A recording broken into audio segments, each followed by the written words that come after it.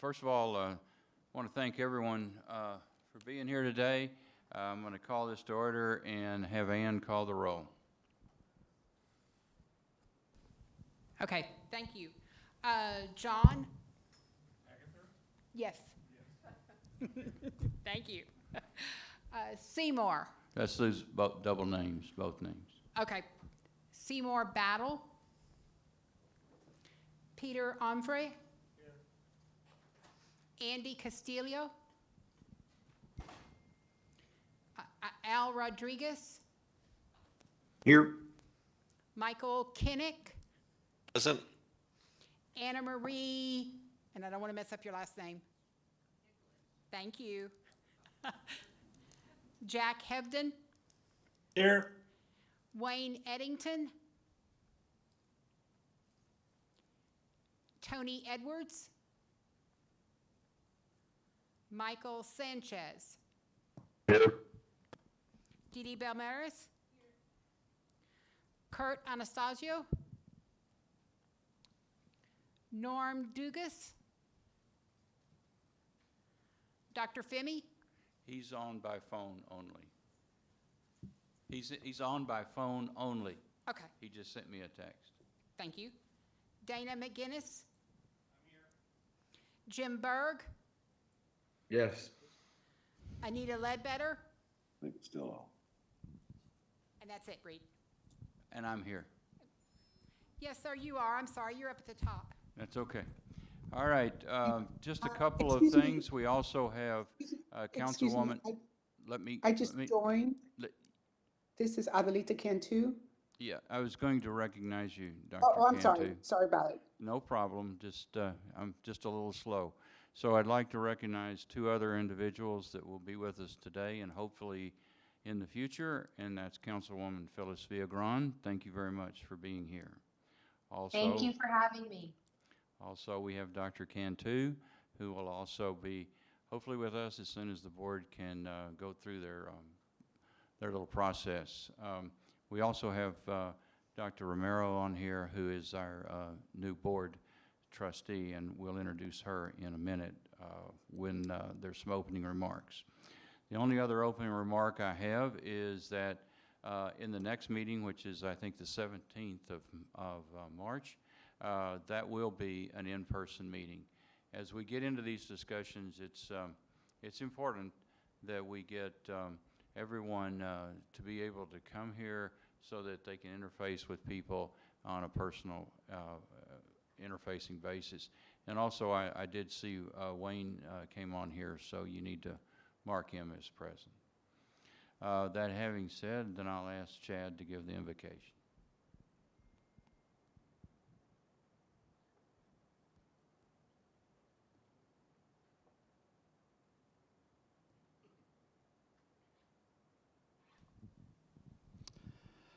Dear Lord, thank you for being here with us today.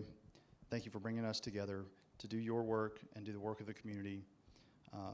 We appreciate all of the participation of the RAC members and the broader community who listens and participates.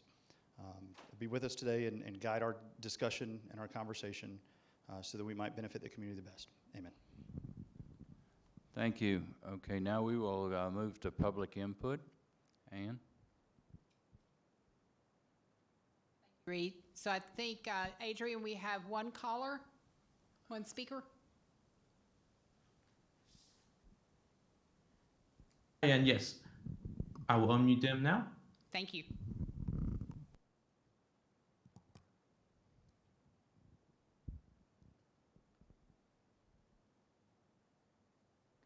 Dr. McGuire, are you on?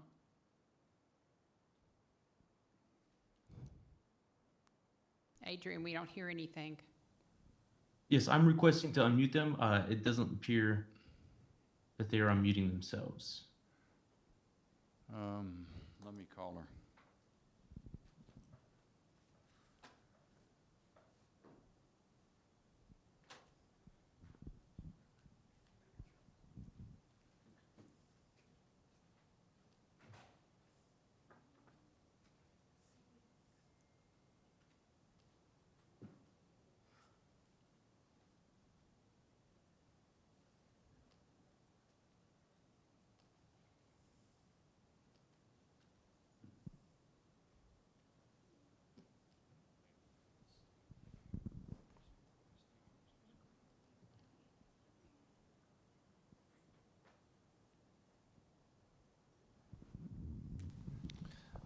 maybe we could move on and catch up later with her. She's not on, Reed, is what they're telling me. Dr. Hello, can you McGuire. all hear me?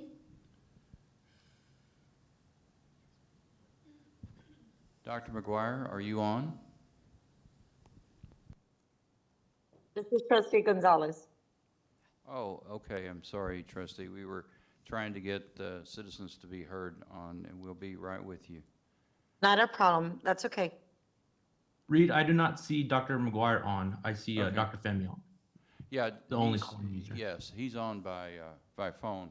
Okay, we'll move on, and if Dr. McGuire comes, we'll break in and have her comments.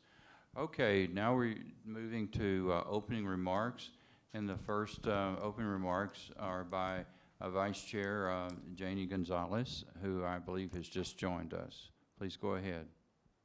Yes, hi, again, good afternoon. This is Trustee Gonzalez. I'm over here in San Diego, so greetings from the West Coast. And so I want to just keep my remarks brief. I want to thank all of you for the hard work year to date. I really do believe that a lot of our recent success is because of the advocacy as well as our hard work that you guys are doing. And so I was really privileged that the mayor tasked me with setting up RAC. And so I'm even more honored now that I'm going to be passing on the baton to Dr. Romero, who is the newest trustee for CPS Energy. And so I firmly believe that under her leadership and working with you directly, she's going to lead and support RAC in the way that it needs it to be supported. And so again, I want to thank all of you for being part of RAC, understanding and being patient with us as we've had a lot of priorities these past couple of months. And so again, thank you to each and every one of you. And of course, I'm not too far. And so if you ever need anything, do not hesitate to contact me directly. And if any of you have any comments, I'm open to them. And if not, then I'll let you on to your meeting. I see none here. Vice Chair Gonzalez, thank you very much. We absolutely appreciate getting this started, and I know it was a lot of work, and we appreciate it. Thank you very much. Likewise, and thank you, Reed, for all your leadership and everybody again. And I'm going to be signing off. I'm in the middle of a conference, military conference, so it Okay. doesn't look good to be on the video cam here. But thank you so much, guys. We'll see you. Okay, Bye-bye. thank you so much. Okay, now, our next opening remarks is from Councilwoman Anna Sandoval. As many of you probably all know, we have been given a contact point, an interface with the City Council. And I'm very pleased to introduce Anna Sandoval.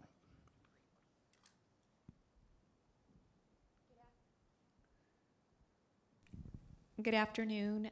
My name is Ana Sandoval. I sit on the City Council. I represent District 7. I have for 4 years. But today I'm here representing my colleagues. I know that our mayor, of course, sits on your board. But when it came to the RAC, the mayor and I wanted to make sure that all the council members felt they had a conduit to this body to support the work that you do. I think you probably have noticed that ever since last year's storm, really CPS and the city are a lot more unified in how they move forward. And so I'm here to keep to watch what you do and take it back to council, because let me tell you, I've spoken with about 7 of my colleagues one-on-one about the particular work of the RAC, and they all have very special requests and questions and things that they want to know. So I've got a lot of work to do to report back to them, but we're also here to support you. So in fact, I brought 2 of my team members here today. They're going to help us with some note taking, because I hear we're going to talk about the direction going forward. So please also look to us as a resource, and I'm absolutely thrilled to be working with Chair Williams and with Dr. Francine Romero. Thank you. Well,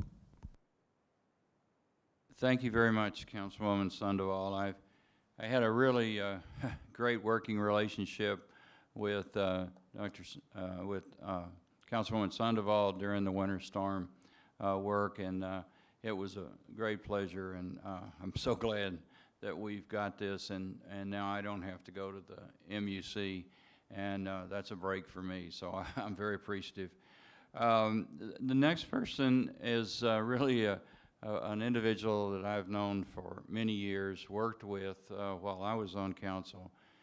She was always a great help to me, a wonderful resource, and I would say probably understood our district as well as any person that I could go to.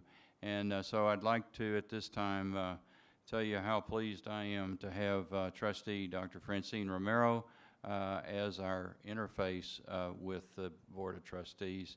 And with that, I'll turn it over to you, Dr. Romero. So much. Thank you, Reed. I appreciate that. Thank you to everybody who's welcoming me as the new liaison. I'm really excited and honored to have been chosen as the new trustee, as well as the liaison to this committee, because I have been watching your meetings for a while and I've seen all the important work you do. And I've really been impressed by the very thoughtful input that I've seen from everybody. And I've learned a lot already from this group, and I have a lot more to learn. I've started my onboarding with CPS in general, and I'm really looking forward to hearing what you have to say today. And you all bring really important areas of expertise to this group. And I really thank Trustee Gonzalez for turning this over to me. I'm sure I will have some questions for her as we make the transition, and I'm really looking forward to working with Councilwoman Sandoval and with Reed Williams, who I also enjoyed working with when he was on City Council. And just finally, the reason I'm not there today, because I am so over online meetings and I would love to be there in person, but my class starts at 5:30. And so if I came down there right now, I'd have to waste half an hour just in traffic coming back to be in my class on time. So next time we have spring break when the next meeting's scheduled, so I will be the person next time. So looking forward to this. Thanks. Thank you, Dr. Romero. And I think we will be able to work that schedule out. Thank you very much. We have a short kind of update here from General Ramirez, our General Counsel. There's been several folks concerned about some of our communications, how we're communicating, and so she has come in and recommended to me that she spend a few minutes just talking to us about the obligations and obviously some of the requirements that could come upon us if people want to put them on us. So without anything else, because I'm not real sure what you're going to say, so I'm going to let you say it, okay? Thank you. The build-up made it sound way more exciting than it is, so I apologize. You know, I just wanted to remind you all, I occasionally get copied on communications all over the company, and each time I look at it, my first instinct is to say, oh my goodness, what if we had to release this for open records request? I don't think that that is a normal way to think about things, so if you don't think about that, good for you, you're normal. But here at CPS Energy, I will tell you over the last... Can you give me your name, please, and what you do at CPS? I didn't hear that Oh, from... I'm sorry, my name's Shanna. Just introduced her. I'm sorry. Shanna Ramirez, and I'm the General Counsel. Okay, thank you. Absolutely. Which I hope makes it less weird than I'm worrying about these issues, now that you know that. So, you know, I think that for the last year or so, we've really seen an increased volume in the number of open records requests that we've received. And we really have very few exceptions that we don't have to respond to. So under the open records rules that apply to CPS Energy, you can really ask for anything.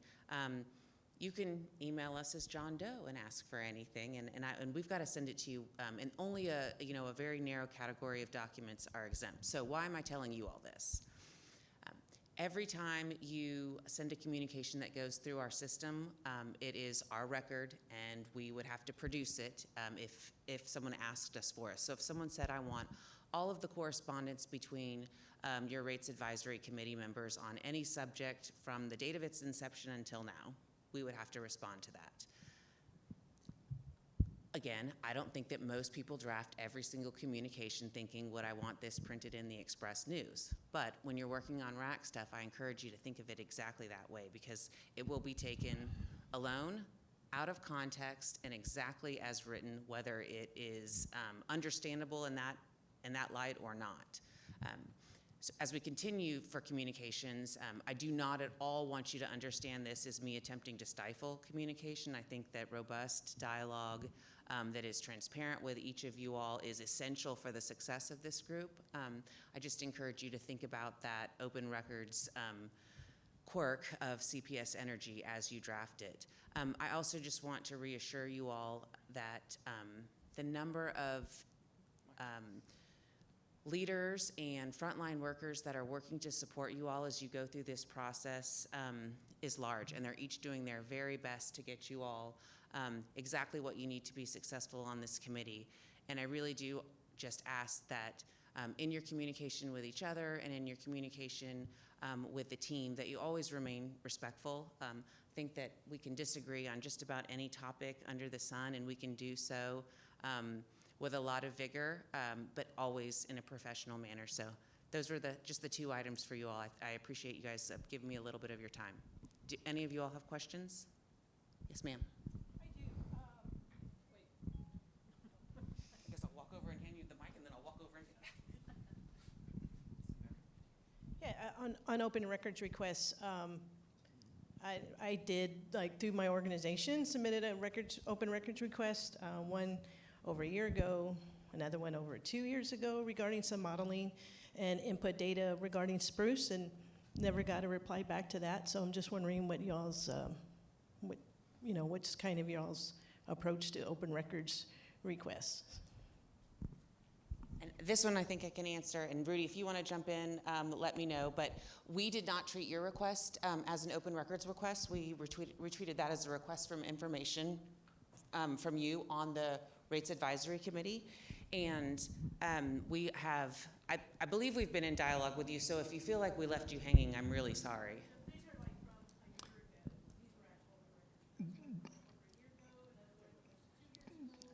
Dee Dee, yeah, let me just weigh in here a little bit.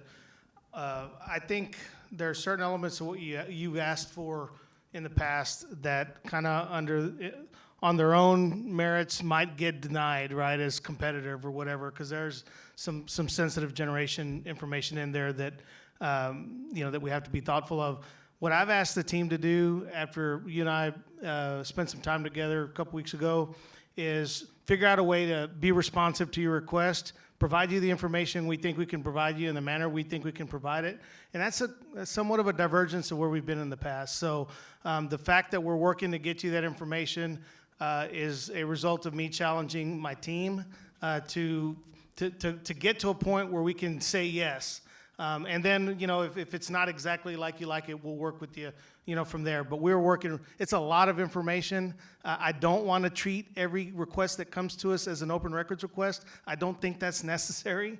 If we're going to try to be more transparent in the way that we're trying to lead this company going forward. And so we're trying to get you a response that, that we can justify kind of, through competitive reasons. So we're going to get there. I understand. I appreciate that. It's just that, going back 2 years, some of this data that would help guide conversations regarding, generation planning that it is kind of very technical information, but, people here on this RAC committee are pretty smart, and we can dig through that info. So, Yeah. Thanks. Thanks, Rudy. I appreciate it. Yes, ma'am. Anything else, Shannon? I just want one point of clarification. I did mention that there's a couple of exceptions, and so some of the information that you have requested, we will have to screen because we may have contractual obligations that prevent us. And one of the exceptions to the Open Records Act, if we received a request from someone that wasn't on the Rates Advisory Committee, would be competitive information. And so a lot of the information, we're trying to figure out exactly what you need in a way that we're allowed to. So. Could I get a clarification on that? So if the information is coming to Dee Dee, for instance, it's going to be available to the rest of the RAC? I will, Let me just jump in here. Dee Dee and I talked about this. Her requests really predated the RAC, and they're very detailed requests, and they're questions that, as Rudy said, they need to be considered seriously. They're in so many areas, they tend to be, as I mentioned with Dee Dee, very detailed and very involved, and they can be made available to the RAC, but I didn't see those as, I saw those as her needing that information for not, maybe could use it here, but more specifically for what she'd asked for. Well, I just requested if they're gonna send information to Dee Dee, that Yeah. they make it available to Yeah. the rest of the RAC committee. That's a formal request, I don't Mr. think Chairman. Dee Dee and I, either one, have a problem with that. Thank you. She's agreed to do that, and I think we're okay. I would be glad, Yeah, Thank you. just to clarify, predate the RAC, and one was while I But was no, in the RAC, and I would be happy to, what information is available, not confidential, be happy to share it with the RAC, because once again, this is information that will guide our discussions around planning. Okay, there will be one more discussion that we'll have to have offline. Councilwoman Sandoval has requested, and she believes that the council will be much more comfortable if we follow the open meetings rules. As a non-decision body, when I looked at it, and having been on SAWS and the city council, I didn't see this as really required, but if the council is interested in this, and we'll have a discussion between now and the next meeting on that to decide whether we do it. Okay? Anything else, Shanna? Okay. I can't say we're not. It's just that, yeah, everything's open.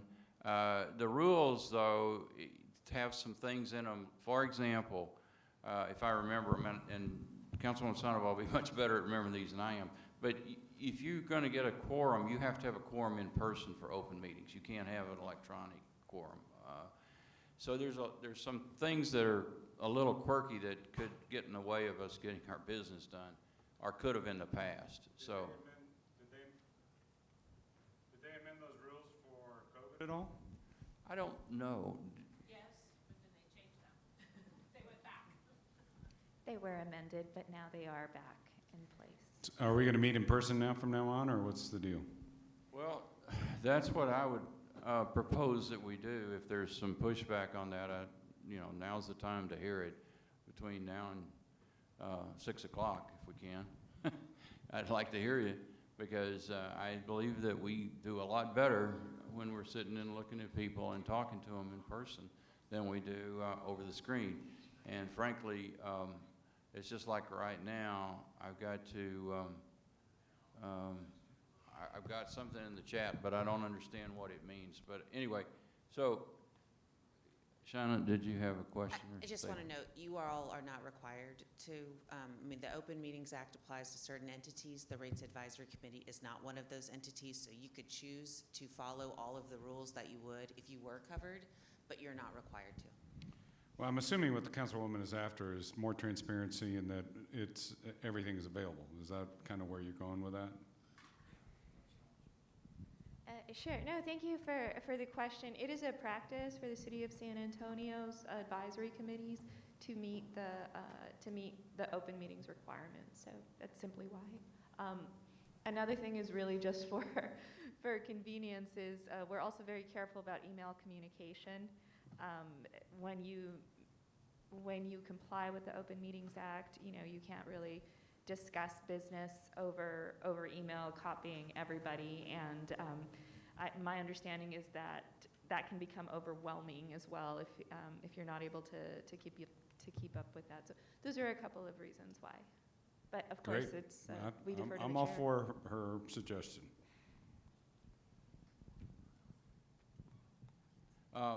Okay, that's one vote for, and I look forward to hearing from other people. I mean, I know when I started complying with it, I had to file every email in some form, in some file, so that if I got asked for it, I could get it quickly. If not, it can be a real hard process. But enough of that, unless there's any other comments.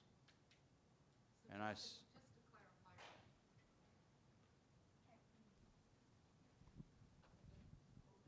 Reed L. Rodriguez. I can double barrel. yes, Al, go ahead. Are the RAC members, are we covered by any type of liability or errors and omissions? I don't think so, but I'll defer to the attorney. We don't make any decisions. We have no power. We have no authority. I mean, we're just somebody off the street that's sitting here in front of a camera talking, okay? So. I agree with you, and I agree with you. So, when we exchange emails among us, should we exclude any CPS address? Well, again, I'll defer to the attorney. I can't tell you what to do with your own email, but I can tell you I'm only searching for email on my system. Thank you. I do think, though, that if someone were creative and said, I want the personal and they knew your personal email to search, they could extend the search to your all's emails if you're doing rack business on your personal email. And that was going to be my clarification, is that we need to understand that under something like the Open Records Act, unless I'm wrong, please correct me, you have now opened yourself individually as a member of the committee to those same requests. So it's a big responsibility. It's not something to be taken lightly. I personally have gotten, when I look at a lot of the emails that go and look at all of the people that have been brought in, it's really not necessary, in my opinion, in the discussion that's being held. It's like an overreach. It's like a blanket thing, you know, and so ask yourself, really stop and think about it. That's my perspective. Okay, again, having been under it several times, I was glad that we needed everything transparent. That's why we're recording this. That's why it's live. That's why it's archived. That's why any of the documents that are put before us are logged on there, and they're accessible and they're archived. So I'm a very strong proponent of this being a completely open process. We would need to think about what kind of administrative, extra administrative burden we put on people that are very willing to donate their time here and work with us, which is a lot, and I certainly appreciate it. So we'll work on that and come back next time, if that's okay. All right, the next thing we're moving into is the discussion on generation planning. So let me just introduce this process. As you'll see, we've got a whiteboard up here, and as we talked at the last meeting, or discussed, we have asked CPS, and they've been very cooperative to comply, to give us a tool that we can scope different options against historical data, so that we're not projecting in the future and creating a lot of concern that we might or might not be projecting right. The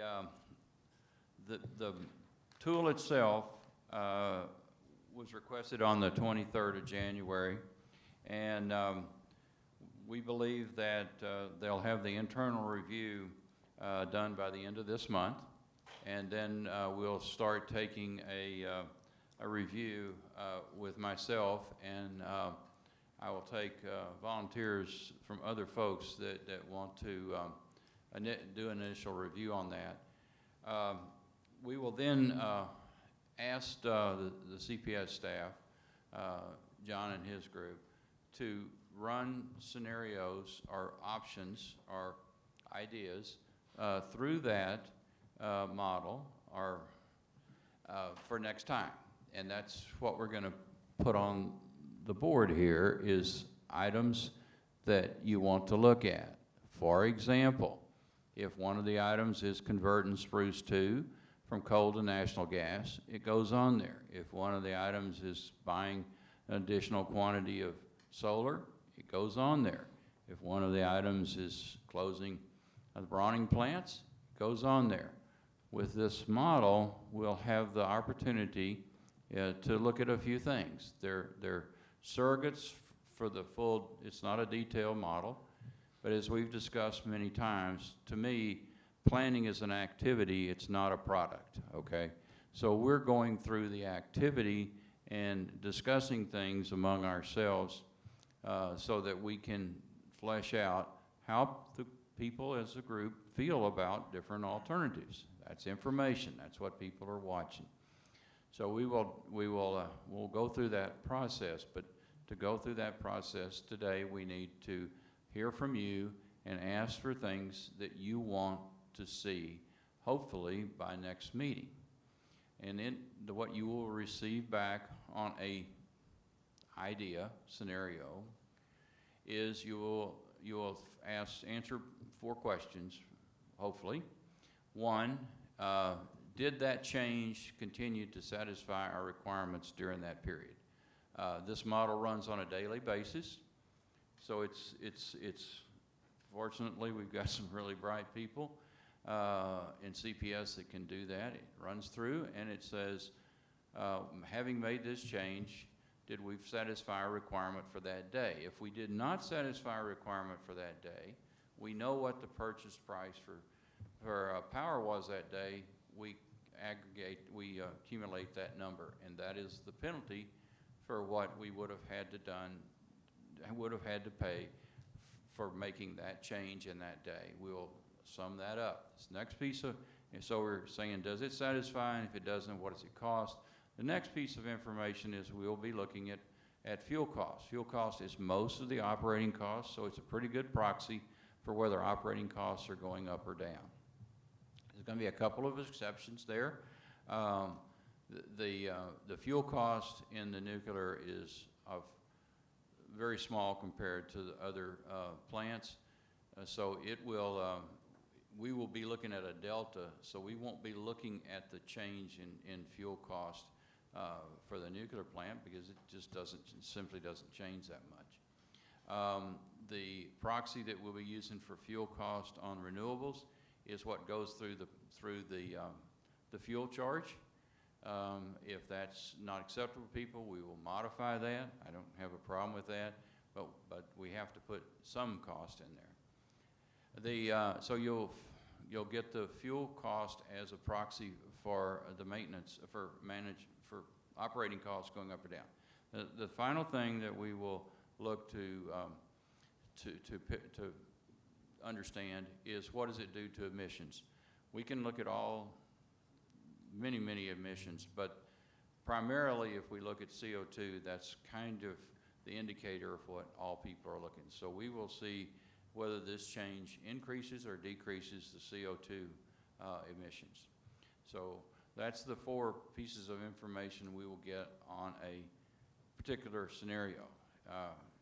And the way I believe this is working after talking with them on Monday is that you can put one change in, you can then put another change in, you can then put another change in. So really what we're looking at here is a portfolio of generation, and how, when we change that portfolio, do we affect pollutants, how do we affect cost, and how do we satisfy our requirements?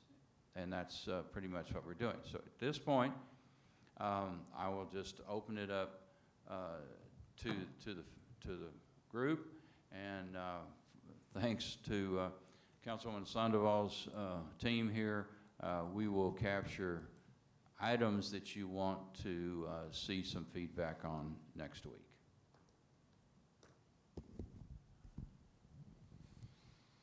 I guess.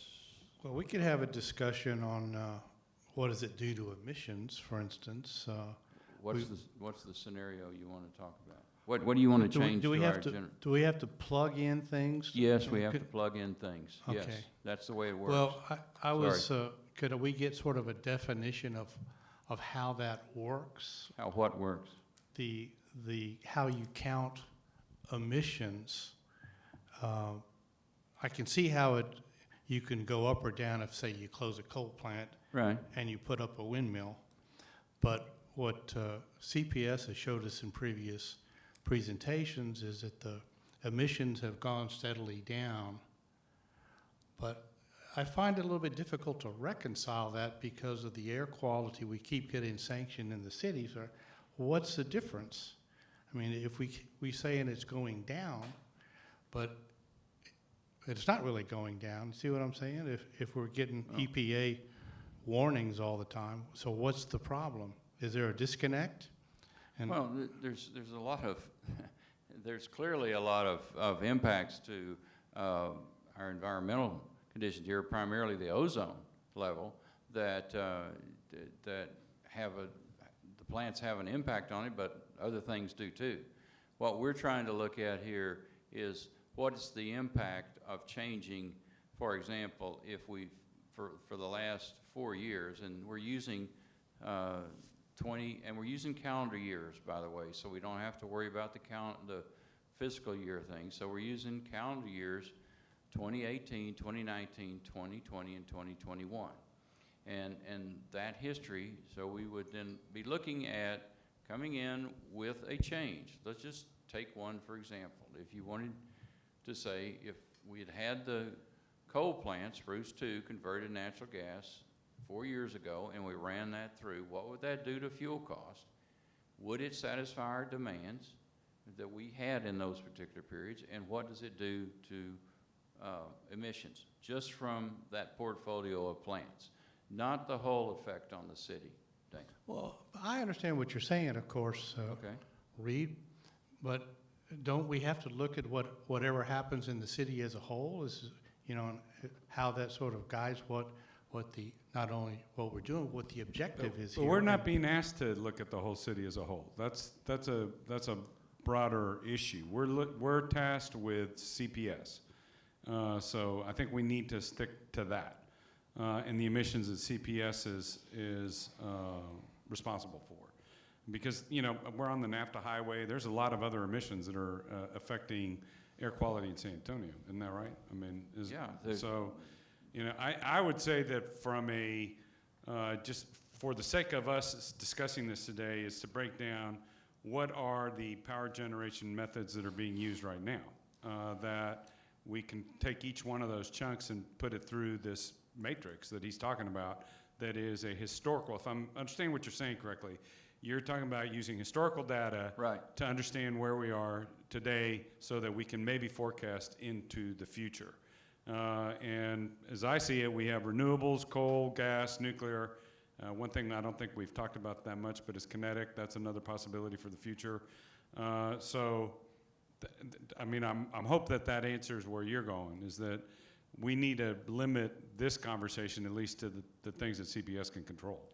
No, I understand that, and, you know, likely agree with that, but I'm thinking about, you know, the total effect on the city if we're trying to do something for our environment.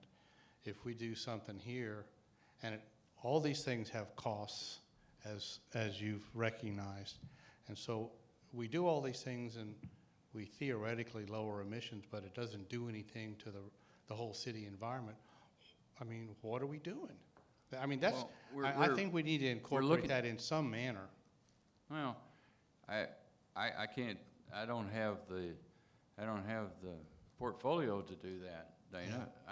Okay, If I you look hear at you. our charter and what we were asked to do, we were asked to, you know, give our input on power generation and not the overall environmental pollutant level of the city. So, you know, I'm like John's saying, if we look at this, we're looking at a portfolio of generators, power generation, and we're trying to see if we make changes with just 3 or 4 indicators, what does it do? These are just kind of scoping things so we can start discussing what makes sense. I mean, again, CPS has very detailed studies. They'll run this thing down to the 5th decimal point. But what we're trying to do is just say, let's start having a discussion about what might make sense as far as continuing to satisfy our requirements. I know the requirements will grow in the future, but if you've got an option that you put in there that requires us on many, many days to go and buy power, then that will tell you that option probably isn't a very good option.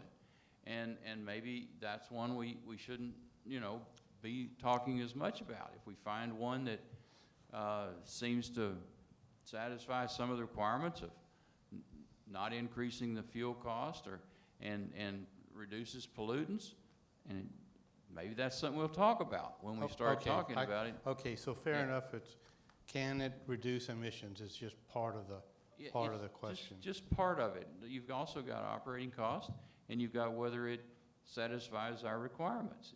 If you do something that has no operating cost and it reduces all of our pollutions a lot, but it doesn't satisfy our requirements, it's not a Right. very good thing to talk about. Okay, We're so trying to figure out. it's all gonna supposedly work together. Yeah, Fair I enough. think we can. Chair, I just want to make sure you see that the team is taking the notes, and we'd like for you to make sure that those are capturing what you're hearing. And so they say clarity around emissions projections, and what are the energy sources being used now is what they think. I they wouldn't heard have been coming able to from read that data. in my 40s, let Okay, alone in well, my okay, 60s. bigger, please, bigger. But does that sound accurate, Chair? Well, that's kind of a general discussion, but what I was hoping we would get up there is specific changes to the portfolio that we could then have the staff run the numbers on. Those are fine for introduction, but ultimately, I want people to tell us, I want to look at this, I want to look at that, I want to look at this. Dee Dee, you're on. I would like for the RAC to discuss and make recommendations on assumptions and criteria for evaluating various scenarios, and I'll get to those scenarios in a minute, including our policy, CPS Energy's policy commitments to the cap.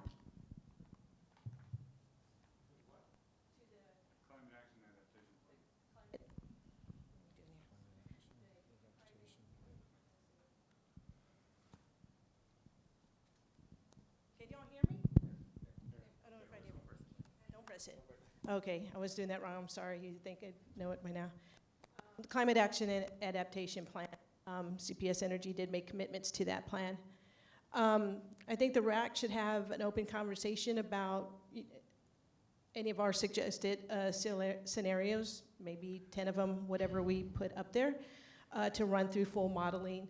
I think we should include all clean energy sources, including distributed energy resources, rooftop solar, batteries, energy efficiency, and demand response.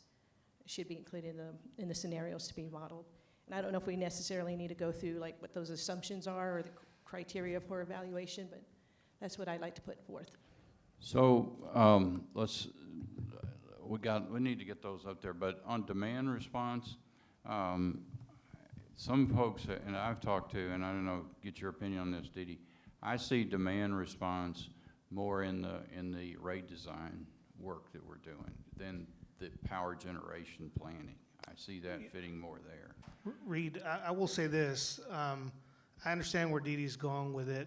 You know, if you, right now we've got, I don't know, 270 megawatts, give or take, a demand response in our system, which is probably the most robust of any community in Texas. The whole state of Texas together has 350. So, you know, we've done a good job of getting our customers committed to demand response programs.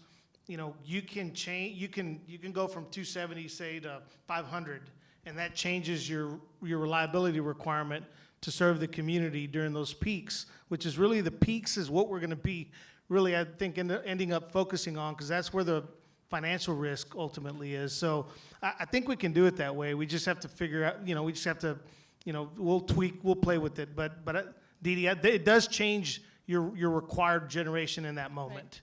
Right, thank you. That's all I had. Yeah, that's fine. Okay, John, you're next. I don't.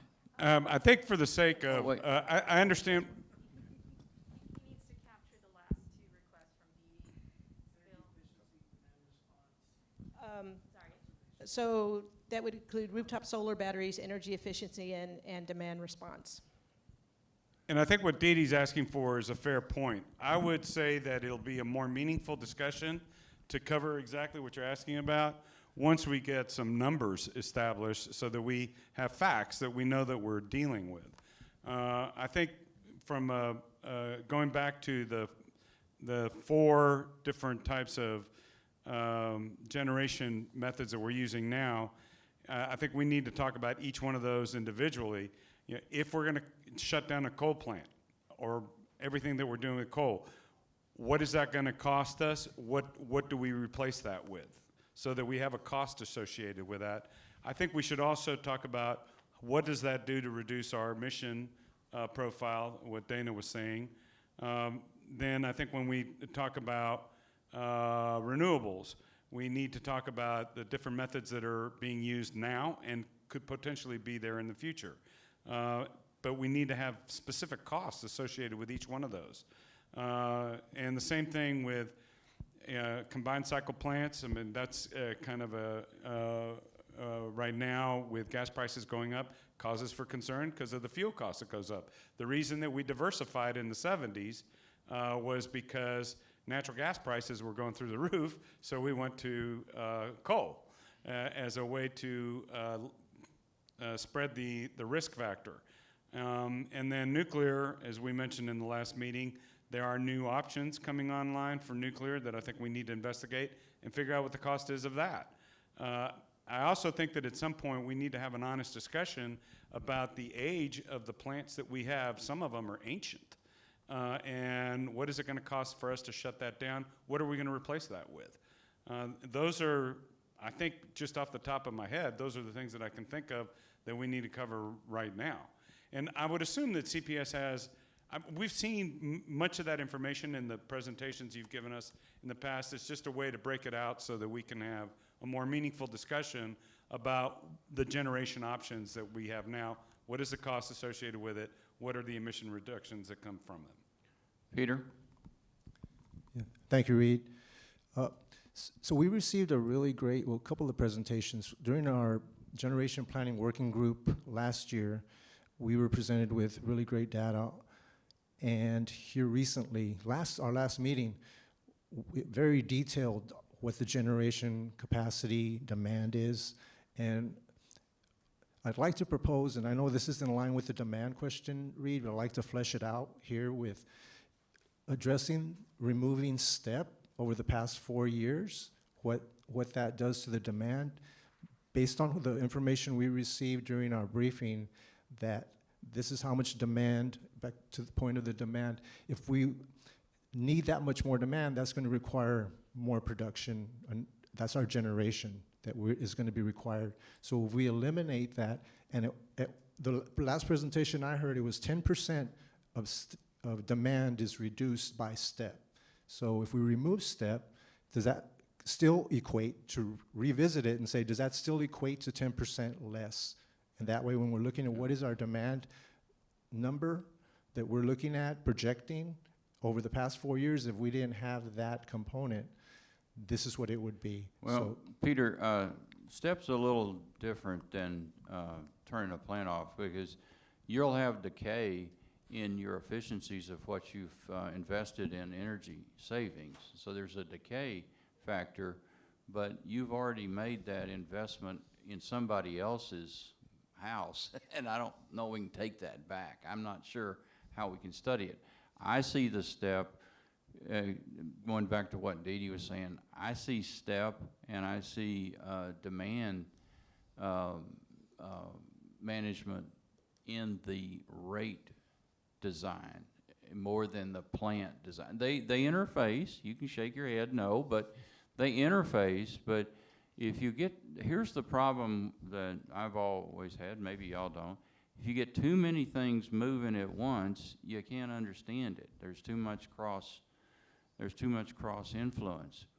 And what I'm trying to do on the generation side, and again, I don't have to do this, is to look at one thing at a time and get an idea of what that does. Just like I wouldn't want to look at demand management at the same time I'm looking at STEP. Because to me, they're different things. I think we have to look at them individually. Now, ultimately, they all work together, but I've never been able to keep the cross influences out unless I look at them one at a time. So I see, maybe I'm wrong, but I see STEP and I see demand management because you've got to have the right rate structure to have demand management. You can't just do demand management outside of the rate structure. You can't do STEP outside of the rate structure. Maybe I'm wrong. Y'all are open, you know. But that's what I wanted to put out there, Reed. Yeah, you got. Thanks for the feedback, and I know you had referenced. I was not trying to get this moved that far out. I was trying to look at more things like if we did convert Spruce 2, what does that do to our, can we, well, maybe just take it a step back. What if we just looked at closing the Brawning plants and didn't have them during that 4 years? You made the point, Peter, it was a very good point, that John and his crew gave us the utilization of those plants through the whole last 4 years, same 4-year period. And the utilization was quite low. As Rudy says, they were used in some peaking time. But what if we didn't have those plants? What if we saved that operating cost? Would it work? I don't know. You know, that's why I'm looking at it. And maybe the first step is say, let's say we don't have something. They're old plants. They take a lot to maintain. They've obviously got requirements to keep them ready to operate. You can't just leave them alone, let them go fallow. So, you know, I was trying to focus on just step by step, what I would call hard iron kind of decisions, and the rate decisions, which are very important. They're just as important as these, and they can be just as impactful, have to be associated with how we set the rates. So that's the reason I see STEP as a little different. And from what Dita's saying, I see demand management as different than plant in and out. But That's, just to close that out, Reed, so I like to see STEP addressed, and I'll address it during the rate design as well. I like to, when we get to that part of the discussion, we can kind of break down how it applies more or in a greater way to rate design versus generation. So I'll look forward to that conversation as maybe well. I have I'm an looking at it addition, if wrong. you don't, Mr. Chairman. I'm sorry, yeah, I just couldn't see you. I'm sorry, Dana. To what Peter was saying, I think it's a legitimate and a good question of how or should we put the STEP program into the demand matrix that you're designing. And I think that we have to, because, for instance, here's CPS's information that says 60% of the STEP money goes to putting on subsidizing rooftop solar units. And another slide on that also said that when you do that, that particular customer has a 60% reduction in his energy demand. So, and the other customers are paying for it, by the way. So this is an important thing to discuss when we're put the information into this grid that you're designing of how the STEP program or without the STEP program affects the future demand and also the potential profitability or need for further rate increases at CPS itself. I'm against the STEP if you don't understand. So noted. Okay. I can tell you 2 or 3 things I want to look at. I want to look at what would it look like if we didn't have the Brawning plants during this 4-year period? What does it look like? Okay, what does it look like if we converted Spruce 2 during this 4-year period and ran it on gas instead of coal? What does it look like if we bought 200 more megawatts of solar? Give us the number. What does it look like? And then, you know, those are the steps that when we look at those, because again, I don't know if any of those work, all right? Because I'm not smart enough to think through that. Maybe y'all are, but I'm not. And again, I'm just trying to get through some very basic things, and these are not new things. This is what was put out over a year ago on the flex plan that CPS published when? January of 2021? Yeah, and so these are not new concepts. They're not something I came up with. I just pulled them right out of the big book and plagiarized them, okay? So, you know, I don't know how else to say it. Yes, Dee? I have a question, and to see how this would figure into what we're doing today is that Flex Power Bundle. That RP went out almost a couple years ago. So how does that factor into what we're going to be doing? I'd have to ask Yeah. Rudy or one of his group to answer that. I don't know. So Dee Dee, we're kind of at the point where we gotta, you know, kind of make a decision on moving forward with Flex Power Bundle, and that decision point is, you know, we've got proposals for, you know, to fill that 900 megawatts worth of solar additional capacity that we've been talking about, the 500 megawatts of, you know, firming capacity, likely natural gas, but might be, you know, something else, and the 50 megawatts of battery storage.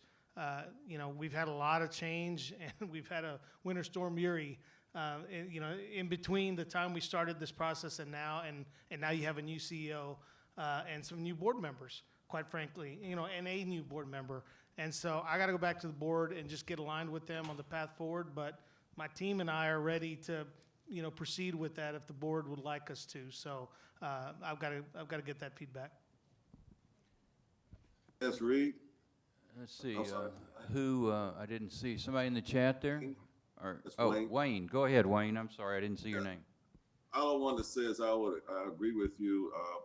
I'm not sure if there's such thing as a rate of return on this here. But if it is, I'd like to have, of course, that added to whichever study y'all decide to go the direction. And is there a rate of return? In other words, it may be more expensive up front to do something, but we're going to get the money back sooner by doing it. So if there's a rate of return, I would like to see that incorporated at the end when we get all the data together. Is there a rate of return? So.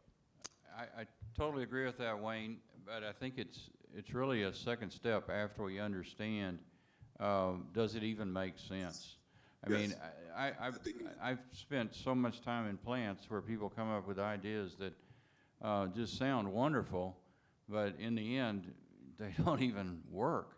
And if something doesn't work, but let's just say something did work, and by work, I mean, it continues to satisfy our requirement, it lowers our operating cost, and it lowers environmental pollutants, then I think we have to say, what does that capital take? How much capital are we include there?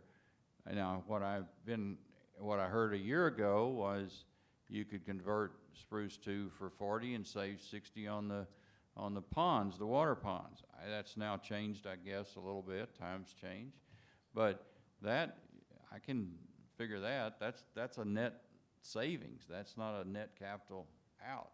And if we really are under a requirement, and that's what part of the discussion would have to be, and if we are really under a requirement to put in evaporation ponds, is that requirement, when do we have to make that decision? Are there other things that I don't know, that we don't know as a group, that would prevent us from doing that, okay, of converting spruce from, because ultimately it's a pretty new plant. The iron's probably still pretty good.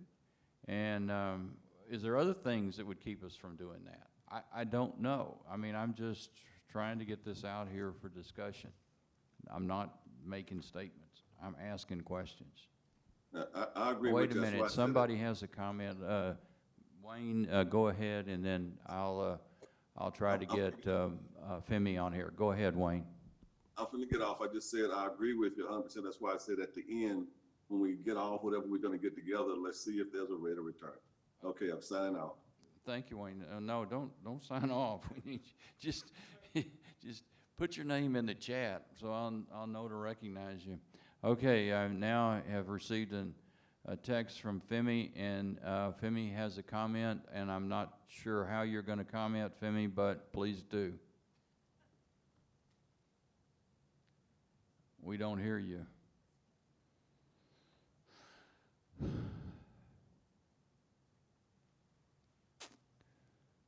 I see you in here on the call, but we don't hear you, Femi.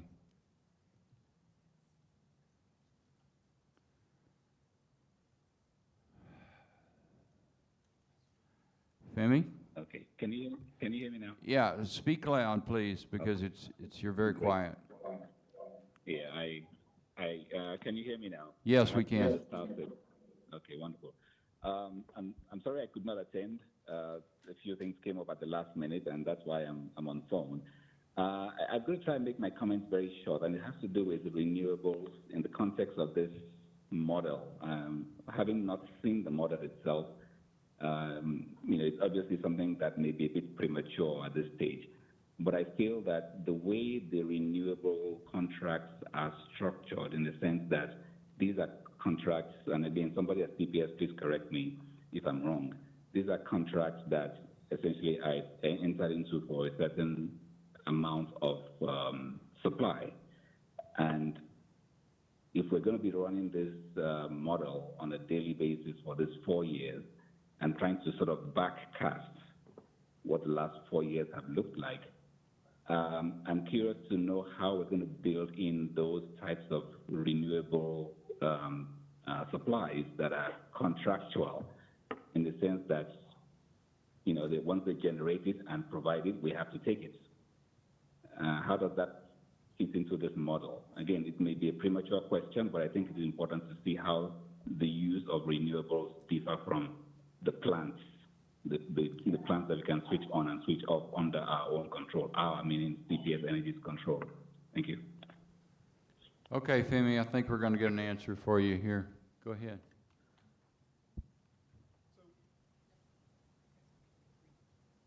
Go ahead and introduce yourself too, so everybody will know. Kevin Paulo, Vice President, Energy Supply and Market Operations. So the way we're looking at incorporating the wind and solar into this model is to use, since we're looking at historical data for the last 4 years, is looking at using what actually was produced. So what wind and solar actually showed up on a given day is what we've currently built into the model. So we're not trying to make assumptions on what might or might not show up, or using what actually did show up.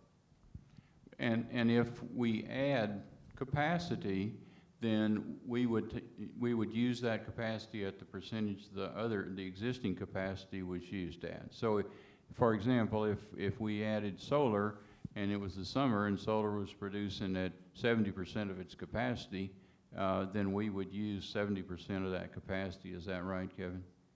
I think when we look at adding new solar, for example, I know that was one of the questions Reed, right. You asked. Yes, I think we're looking at taking that as essentially a percentage of what we actually receive from the portfolio that we have. And they've been kind enough and diligent enough to do this on a daily basis. So we will have an indication that if we had, 300 meg, I'll just use simple numbers. If we had 100 megawatts of solar, and in that particular day 70 showed up, we added another 100, we'd add 70 more of actual production against capacity for that day, because we know what happened that day. We don't have to guess.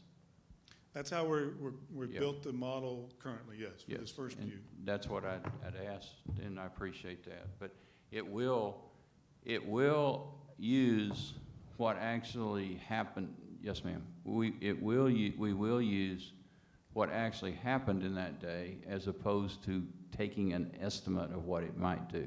Go ahead, John. May I suggest a filter that we can discuss all this through is, I don't know of anybody here that doesn't want to have a cleaner environment. I think we all can assume that that's what we're trying to get to. The question is, what is the technology that we're going to use in order to do that? How much is that going to cost, and who's going to pay for it? And I think those are the kind of the top filters of how we look at all of this. Absolutely. However, if we run this through and something doesn't work, then we don't go to that next step of wondering what the cost is. Look, this is a screening tool, all right? We use them, and I'm sure many of y'all have used them in your business. And the screening tool is one that says, does this even make sense, okay? And if it doesn't, then don't go to the extra effort. As sometimes we spend so much time on studying something that it just from the very beginning was a non-starter, and we don't want to do that. And we do know, we all understand, we have a problem. We have global warming, and we've got to do something about it, and it's going to have a cost, okay? But if we don't do something about it, it's going to have a cost, cost too. I mean, let me tell you, wait till you're a grape farmer, you'll see it. So the thing is do we have a number that is, because I asked this last year and we never were able to get this. What is a safe number of percentage mix between dispatchable and non-dispatchable energy? So like in renewables, what is a safe number for us to have in the portfolio? Because it can't all be renewables, I'm assuming. John, I've got a number in my head that I think is reasonable. Let's put it that way. And I've been reluctant to put that out there because I want the RAC to kind of come to their own conclusions on what they think is that number should be, right? But in my mind, and again, CPS Energy has opinions on all of these things, and I've been trying to just be a facilitator of information so the RAC cannot be influenced by what we think. But I will tell you that the future of our industry, that's not a push, system anymore. We used to generate power, put it on the system, get it to our customers. Customers are doing things with or without us these days, and so the system is transactional. So you got to figure there's going to be distributed generation on the system that will lower peak. That's already happening today. Right? So whatever we think the peak might be, it's going to be some percentage lower than that based on usage that you're not seeing because solar is out there. And in some cases, even solar is being pushed back out into our system, which offsets the need for us to generate power. So that's one element. The other element is, how we manage peak. Demand response matters, right? Because there's other kinds of generation besides solar that's out there on their system. Customers now are putting in backup generation that they can turn on to help shave their peak and save costs, down the road. So you got to factor that in. You got to factor in, we're going to have to think about the hottest and coldest parts of the year from an exposure at the peak level, as I was saying earlier. And so I think, and I'm spitballing here. Whatever our normal usage is in the summer and winter, we probably ought to have enough base load to cover that. In the event solar and wind doesn't show up in that particular day, we're not exposed to the market, right? And there's probably about the same amount of resources that we can reasonably afford to go out and contract for in renewables. If the renewables are there in the energy market, you take them. You have to, right? That's the way the stack works at ERCOT. So if wind shows up, we back all our generation off and we'll take every bit of wind that we can possibly take. Same thing with solar. If solar's there, you're going to take it. So there may be some days we don't run any generation. If we have that amount of renewables, there are going to be some days where 100% renewables is okay. But when the renewables aren't there, if you don't have backup generation, you're going to be exposed to market prices. And so our job at CPS Energy to maintain affordability is to ensure we don't put our system in that situation of where we're having to buy all our power on the market at the market price. Is that helpful? Yeah, and look, yeah, I'll give you the percentages. Rudy, he's not there yet, but you have to throw something out to talk about, okay? And as I've said many times, I can be wrong. So for me, if I'm looking at running a situation hypothetically, to me, you got to understand that renewables are killing baseload plants. Baseload plants were designed to run all the time And when you didn't have a demand for it, you sold to the grid. Well, when you go to the grid today and you face the renewables, you're facing a subsidized price that's very low, and it's killing them. So for me, you know, your base load piece is somewhere around 15%. Your renewables is somewhere around 40, and then in today's world, what we know about today's technology, and your dispatchables about 40. I've been through so many, unfortunately, and please forgive this digression, I've been through so many folks that had the perfect answer and went 100% to something before they knew what was developing. And I believe there's going to be very good technology developed in the next 15 years. In the next 5 years, maybe not, but if we can get ourselves in a position that is continuing to reduce emissions as fast as we can and keep our reliability where it is, in 5 years or so, then we can be there to be a quick adapter of new technologies. And that is without spending a lot of capital, right? We don't want to go off and chunk a bunch of capital. So I'll throw that out, and it can be wrong. It doesn't matter. I can be wrong, but if you need a percentage, I'd say it's 40, 40, 15, and 5, and the 5 is battery and new technology. Reed, let me weigh in a little bit. I've sent out to the committee a couple of professional papers, it's not my opinion, one written by an engineer, one written by both by engineers. And basically what they say is that you get in, because of the way the system and the climate is in Texas, where the peak loads come in the morning and the evening, it's basically, it says that once you get around 20% renewables, you run into real operational problems. Doesn't matter what the cost is, it's operational issues about supplying demand to your customers. So 20%, and CPS is already there. So, I mean, that study would indicate that you add more in any way, like 40% of what Reed is saying. I mean, just the extrapolation is it doesn't work. Let's assume the best scenario we could have, where we have all the money in the world and we get what we want. So that we're in the lowest emitting form of energy there is, mostly in renewables, and we can use that, and we can afford to build that out as much as we want to, but then have as a reserve, to Rudy's point, I think where you were going, is that you gotta have something in reserve in case you gotta meet demand, because it's not always cloudy, it's not always sunny.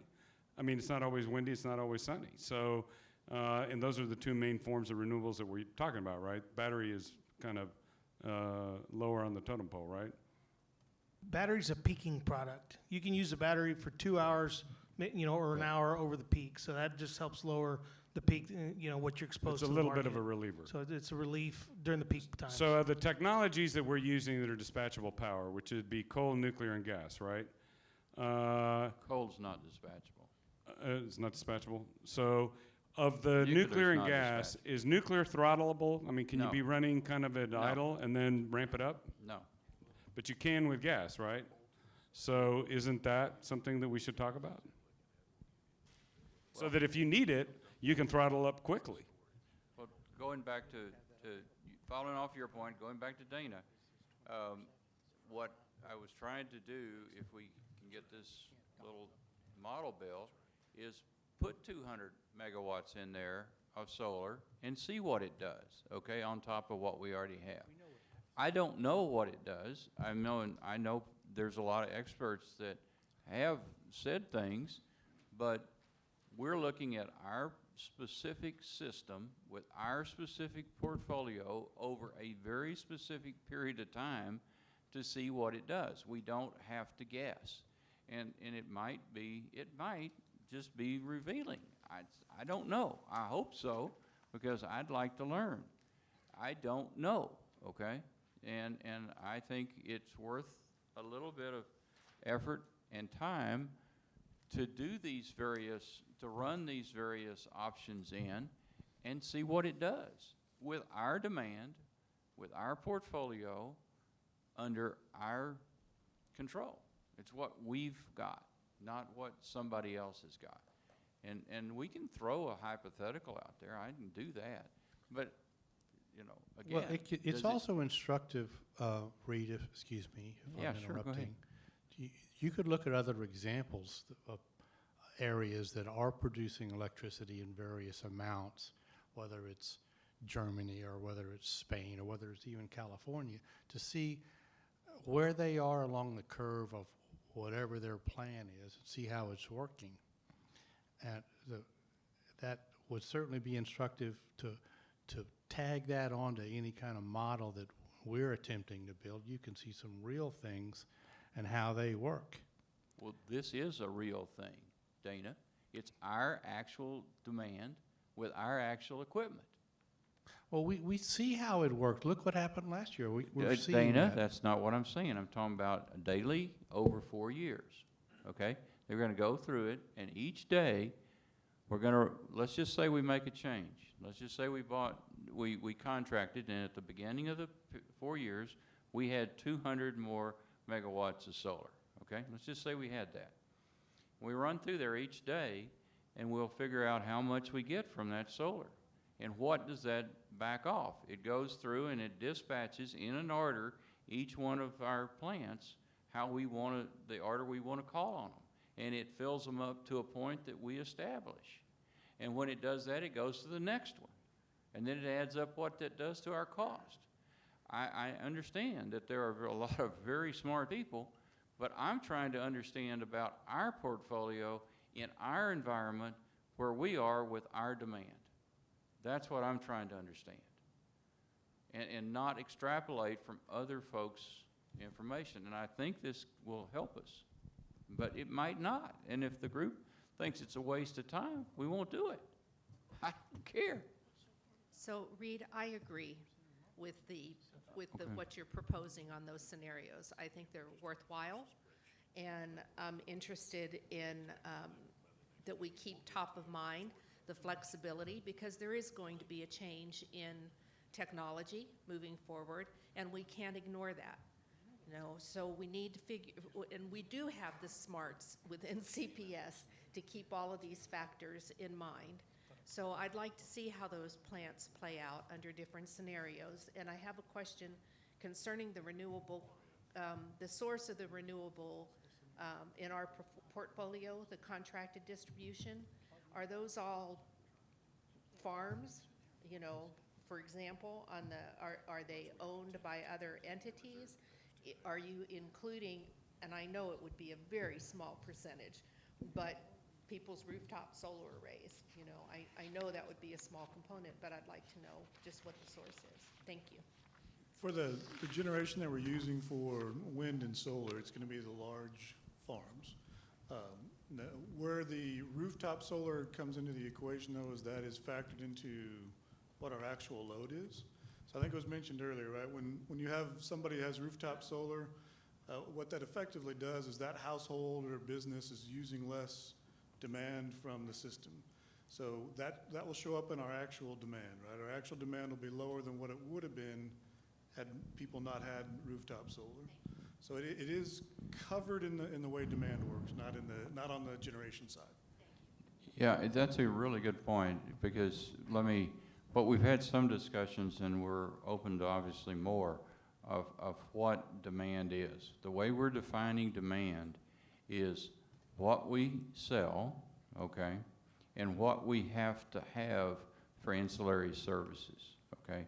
So if you look at the total usage in the city, the usage is higher than our demand because we have third parties either running generators or generating off of solar or something else. So total, if you want to say total consumption of energy in our system is higher than the demand on our system. If I got that right, Kevin. If I didn't, correct me. I think that's correct. I think the impact is not real large. As I said, most, you know, your rooftop is a contribution. You know, I think you'll have some other folks that have, you know, maybe running their own generation to kind of self-serve their load, if you will. Rudy mentioned backup generation before. So I think we'll see that. I don't think the numbers or the delta between what our system is seeing versus what kind of true consumption is going to be that large of a difference. Okay. Is there other comments or anyone online that would want to put their name in here to speak? Reed, I see- think Dee Dee wanted to speak. Oh, I'm sorry, Dee Dee. Yeah. I have a Just- question. Just somebody just yell at me. I'm looking at too many different. I want to be considerate of other people talking. I don't want to dominate conversation here, but I do have a question on what simulation will CPS Energy use to model the probability of different generation and price outcomes. I guess I'm, concerned that if we just look at, the last 4 years, I'm concerned that we're, just going to look at the last 4 years. We should be running a model, many, many times to account for variations in, future weather, energy prices, and demand. I mean, I could look at other utilities that do, multiple modeling. If we look at Los Angeles, and I definitely never want to always compare it to California, I'm just looking at, best practices that their utility ran like thousands of modeling scenarios to get to like the date that they were going to power their city with 100% renewable.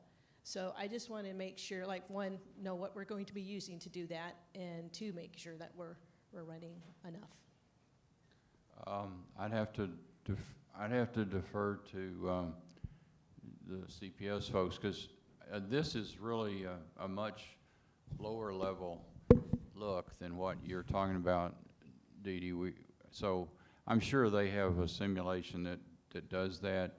What I'm trying to do here is more of a screening study, and it obviously doesn't cover what you're saying. But Kevin, I don't know what y'all have for doing that.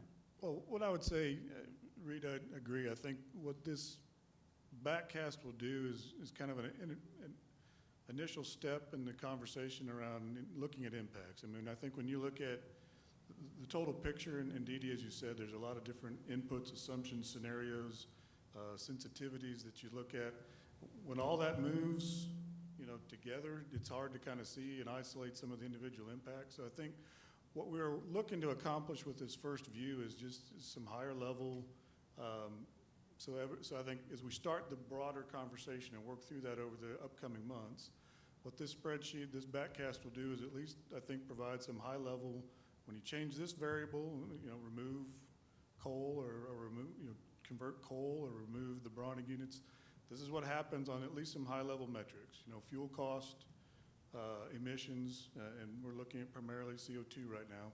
But it's not, I would say it's not intended to be the comprehensive view of everything that can happen.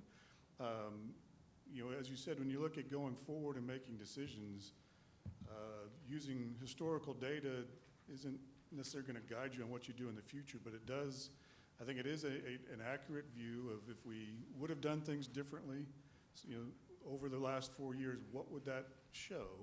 I think it helps to start the conversation as we get into some of the more complex inputs and assumptions that you were mentioning earlier. I think what we're hoping to accomplish with this backcast is to help people understand the trade-offs or impacts when you change one variable. This is what happens as it flows through. There are other things, obviously, and I think deeper things we need to look at and will look at as you go forward to make a decision on what the future kind of generation fleet will ultimately need to be, or generation portfolio. Can I add to that a little bit, Reed? Let's see, there was who's asking? Over here, Corey. Oh, yeah, Corey, I'm sorry. Just to kind of punctuate what Kevin talked about, viewing this in parts, right? Backcast is looking backwards, but forecast is looking forward. And Dee Dee, to your point, you want to make sure we got the right assumptions on that view going forward. Kevin's team has a lot of modeling behind the scenes where they work in some of that input, and all this discussion will influence it. So I kind of view this as kind of a quick and dirty, like Kevin said, on a look back to help inform what the final build out of all those assumptions would be from a forecast perspective. So what would those assumptions be? I think that comes out of this conversation here with the Rate Advisory Committee. Would you agree, Kevin?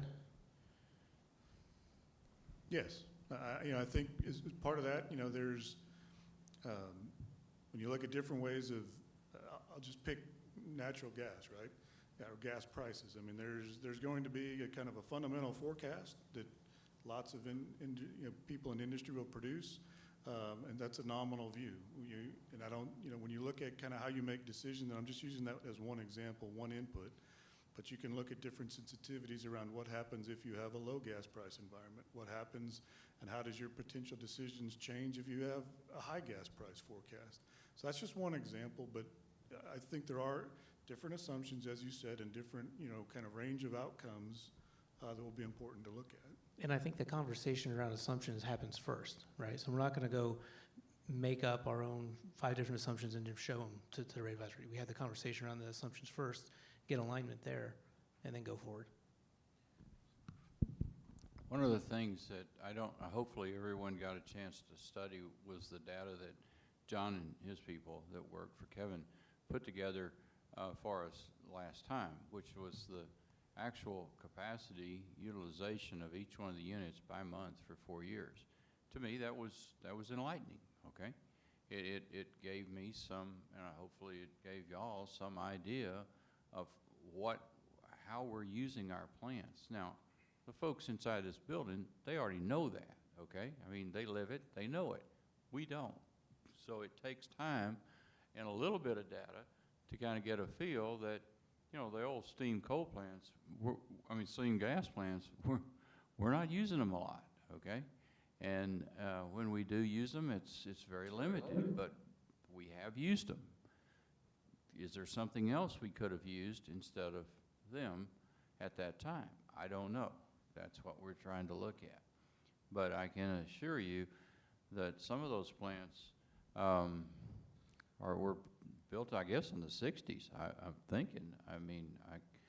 And iron doesn't last forever, okay? It's just Reed, like people. I did a walkthrough this morning at our older gas steam units, and those units are going to retire no matter what we do going forward soon. So, we've got to make some of these decisions, and that's really what the Flex Power Bundle was intended to plan for. We can't build solar. I mean, you don't just turn solar on tomorrow. It takes 3 years to get a solar farm commissioned and, onto the system. So that's why there's some urgency with this Flex Power Bundle, because that was really intended to replace those old gas steam unit capacity. And all of the things that I mentioned were not things I came up with. They're in the Flex Power Bundle, okay, if you read it. I mean, this is not something Reed came up with. I just read what they put. But if you look at the Power Bundle, it spends a lot of time on financial information, which is fine, and ultimately has to be done, as Wayne indicated earlier. But that having been said, we got to understand what these plants do and how they interface with our other plants. And I can't tell you that. Maybe y'all can. I just need to see it. I think that if there's no other comments on this, Dee Dee, go ahead. I'm sorry. I had asked the question, what do y'all use to simulate all of this? And, can we make some suggestions for some of the assumptions that go into this? Dee Dee, I think we've got a pretty sophisticated and proprietary model for how we, cover our position in the market, forecasts and all that. And if you got suggestions on things you want us to ensure we're thinking about, I'll take any suggestion you've got. I think the question is, can you see it and can you play with it? And, we got to figure out, how that's done. But if you got suggestions, we're interested in hearing them. So, sure. All right, I think we've got, fortunately, some time here to move to the rate design. And frankly, this is just as important as power generation. I know there's a lot of individuals that have very strong beliefs about rate design and items that we want to do in rate design. So fortunately, we are not out of paper over here, and we can keep writing. So I'm going to open this up, and we've already had a couple of things mentioned in the power generation, or the generation planning, that we need to go ahead and put down, which is the demand management. And that's a big subject. There's a lot of different ways it's done. And the other one is the STEP program.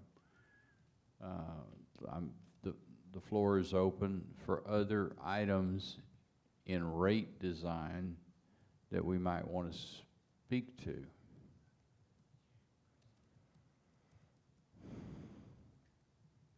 John, and then Peter. John, then Peter, and then Dana. The one question that I had was, so one of the presentations that was given to us last summer was, it was a city in California that was doing, kind of like what SAWS is doing now, is that you want to do peak watering when it's like cool in the early morning. Do our smart meters have the ability to tell time of day when you're using electricity or not? Yes, they do. Has there ever been a consideration here of looking at that model and seeing, so if you're using, on a hot summer day, you're using a lot of electricity at 6 p.m., it's going to be more expensive than it is at 6 a.m. Yes. Are we charging on time of day? We have a time of day rate. In a couple instances, we have a pilot, especially for EVs. And then we've got a time of day rate, but we've, I don't know, Chad, 2 customers on it, 1 customer on it. So there's just not a lot of, there hadn't been a lot of interest, but that was really under kind of an older, rate regime. But certainly we can show customers, even on a prospective basis, right? If we were going to move to an inclining block rate structure, John, we could start to show customers what their usage looks like, kind of broken down, so that they know what the impact would be. Yeah, we got to tweak. We got some programming work to do, but we can get there. That's important, because when I asked that earlier, I was told that we abandoned using our wires through our meter, and we went to you purchase a smart thermostat instead of using our wires to communicate. We use Wi-Fi. Did I miss that, or what? Well, you're still measuring usage, but at the meter, but we're using a mesh network to transmit that data back to us. So you're saying that you have the ability through these meters that go down to Walmart or someplace and buy, that you can tell them what the charge is at any one time, the real-time charge? No. So there's a distinction between the meter and a smart thermostat. So but do we have a system that manages our meters that people can see? Yes. Really? Yeah, the Manage My Account system. Yeah. They can go online and see it, right? Yes. Yeah, I mean, so in the before we had smart meters, Reed, it was just measuring usage as you went. So once a month, to give you a download on your bill, and you knew you used 1,500 kilowatt hours. Right. Now, the on the commercial side, we've always had meters that showed customers their data in 15-minute intervals. Now we can show customers data in intervals so that they know what they're using at certain times of the day. We have that capability at the residential level. They pick it up on their computer? Yes, sir. Okay, and that information is going to you through your meter, right? But then you're sending it to them through another system, correct? Yeah, I mean, it all is SAP at the end of the day. It comes to us through our SAP system, and then we use, a platform that presents that data back to the customer. It's a different platform, but it's all connected. Okay, so and again, I'm asking because I guess I just got the wrong impression a year or so ago.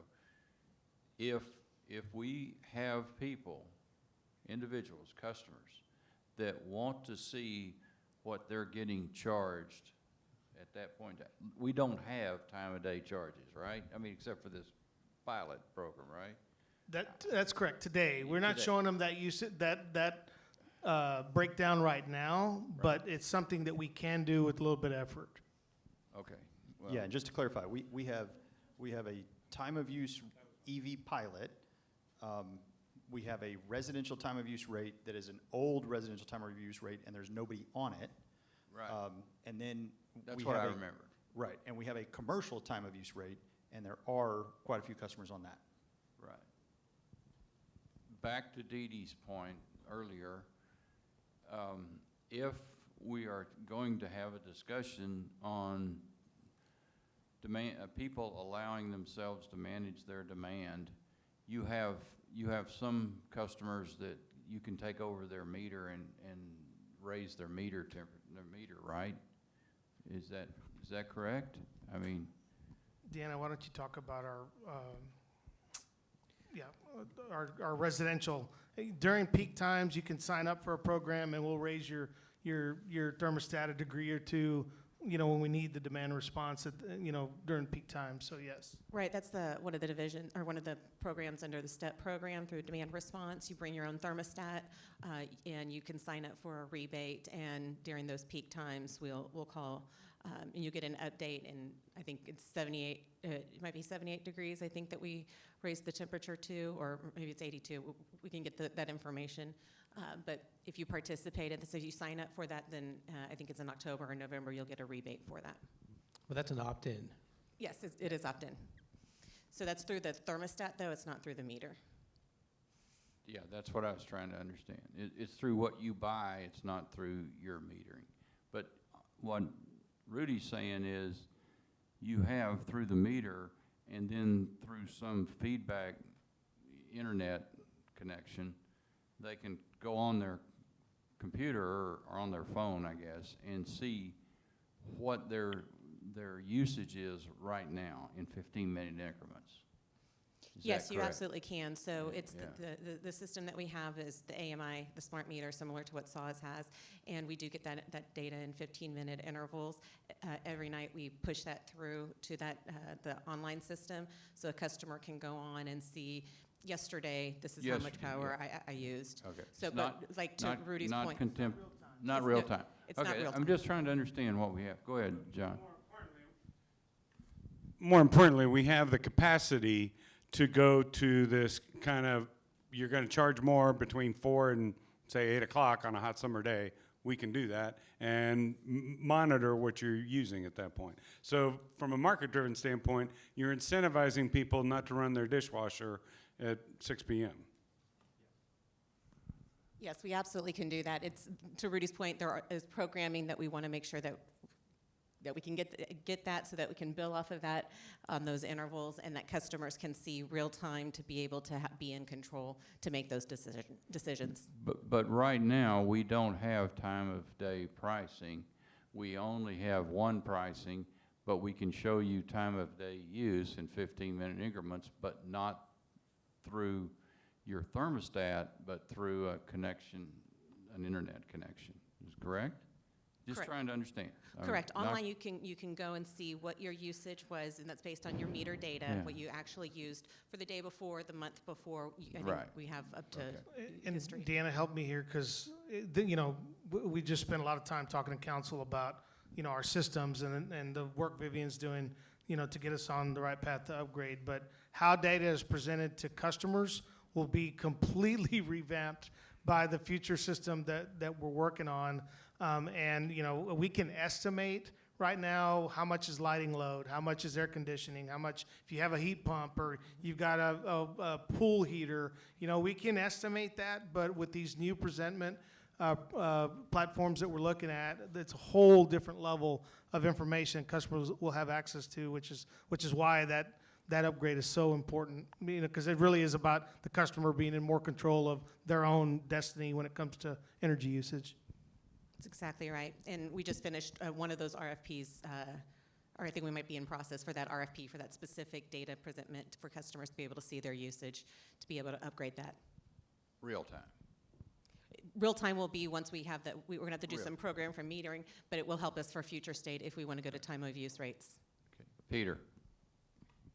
Thank you, Reed. When we closed out our last meeting, we had a short but dynamic conversation about the cost of service study. And I had referenced a presentation Shad has done for us, which I had gone back and reviewed, and it was an excellent presentation on what it is and what it isn't, and how can we better communicate that to the public as we go through this process of rate design. And I wanted to ask Chad if he would give us an update on where we are with the cost of study, and then I'll chime back in and kind of see where we can kind of build on that. Cost of service, I'm sorry. Yeah, great question. So I think when we talked last month, I said that we were going to do the cost of service study and then have an external party validate it. We've changed the approach. We're going to have Brattle actually do the cost of service study. Now, we'll provide all the inputs, all of the data, the cost data, the load data, but we're partnering with them, and they'll conduct the cost of service study and bring it back to the group. So they'll be able to share their perspective on equity across customer groups, the cost of serving customers, even within the residential class that have maybe different usage patterns, usage profiles. So we've talked about, do we segment differently? Do we create rate classes differently than we have them today? So they're going to look at all of that. Let me just say one thing, Peter. I want to thank you very much for thinking about using a third party. And also, I appreciate very much the fact that you're going to look at different customer classes, groups, because if that hasn't been taken a look at, the grouping might not be as contemporaneous as we might need it. But so thank you. Peter, back to you.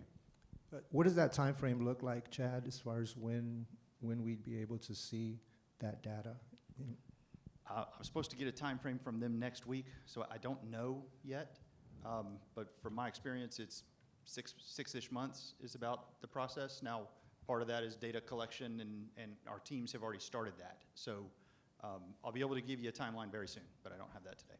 What test year are you using? Very good question. We've debated that a lot.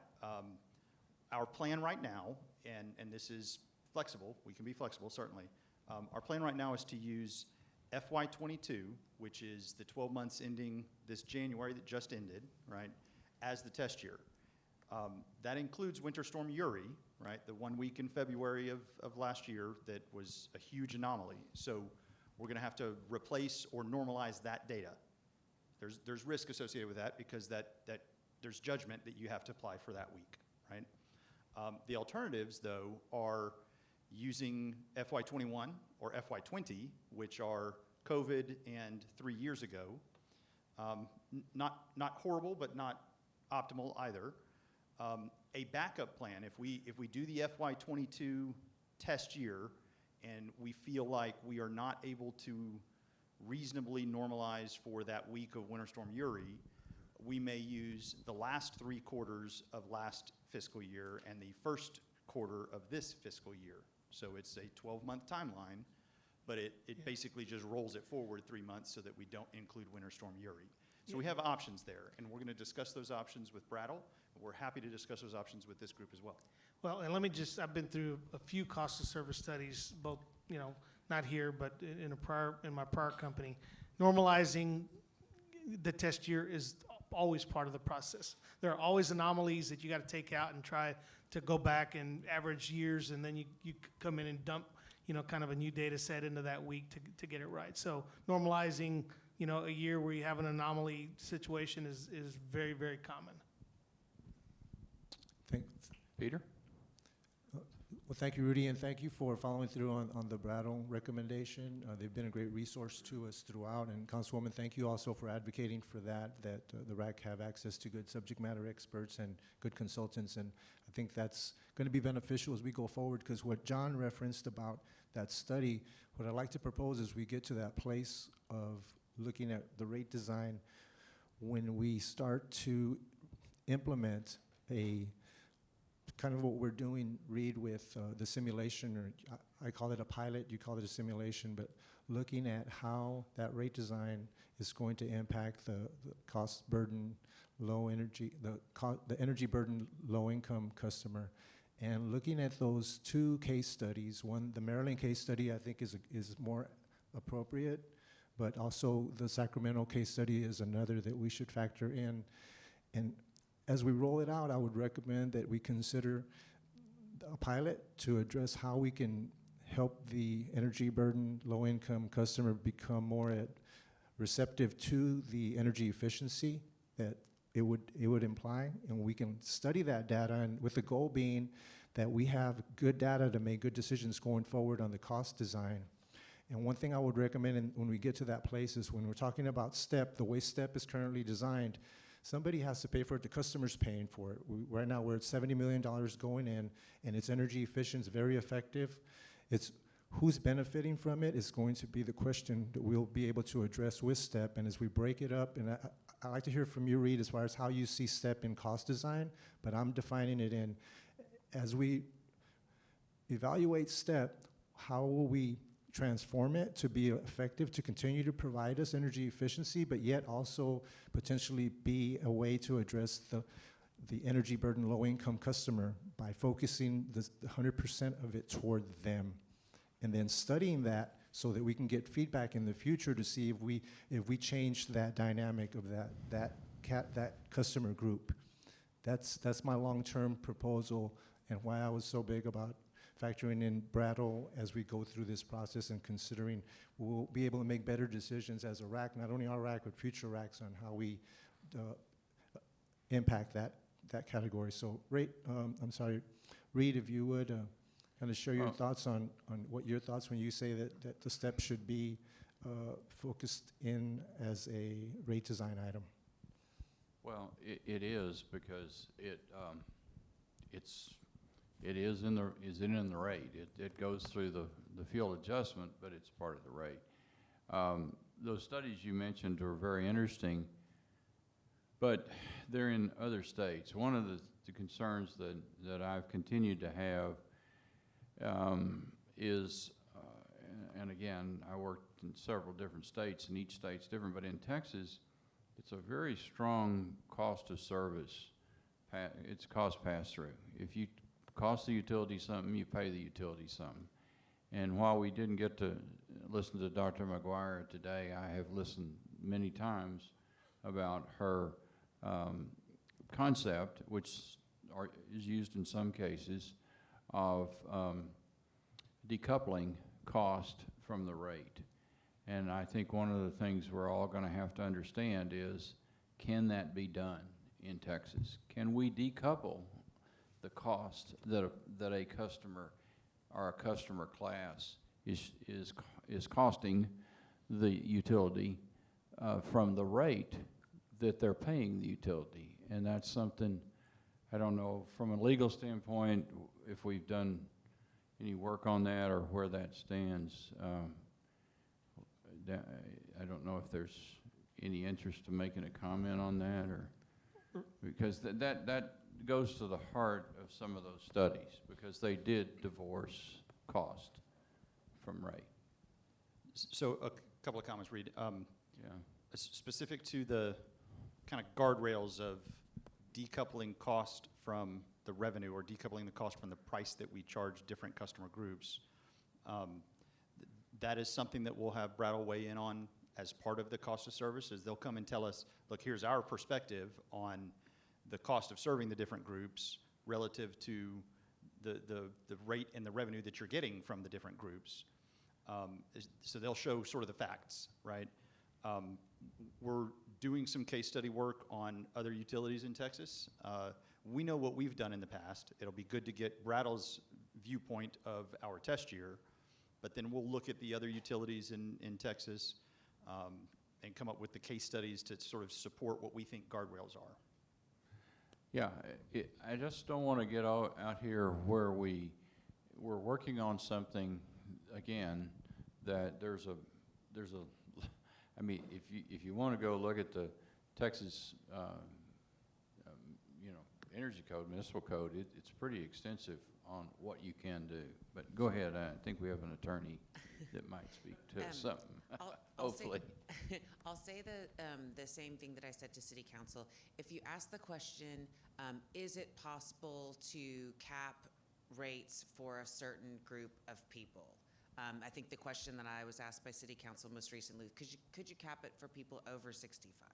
Is it possible? Yes. But as Chad mentioned, there's some pretty important guardrails that you need to stay between.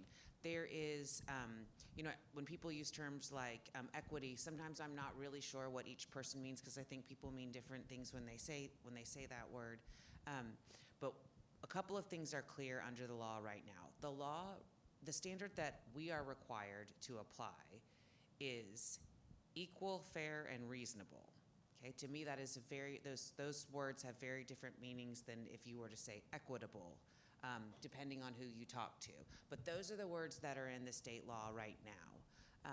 What is also true is that if we have to, on the whole, recover our costs, and we say this group is going to pay less, you've got to collect that delta from somewhere else. And you have to do it within the bounds of the rules that say you can't unreasonably ask one class to pay a different group of costs than another. So again, I think that there's definitely room within those rules that we can talk about what is allowable, but I just want to lay that out there. Those are the outside guardrails. And there are examples in the state of Texas here where they have pursued a specific strategy and they've run up against the limits of what's reasonable. And so customers have complained and there's been certain actions taken as a result. So as we've discussed it, we thought, well, we would bring that to you so you could see that. Here's history. Here's what's happened in the state. Here's where, you have this city. Did that happen someplace besides Austin, or is it just Austin? Well, that's the one we're looking at first. Okay. I mean, they're right, it's us in Austin. We are the two biggest, municipals in Texas. And You've got the REAs too. They're similar. Yeah, and let me just add why that's important.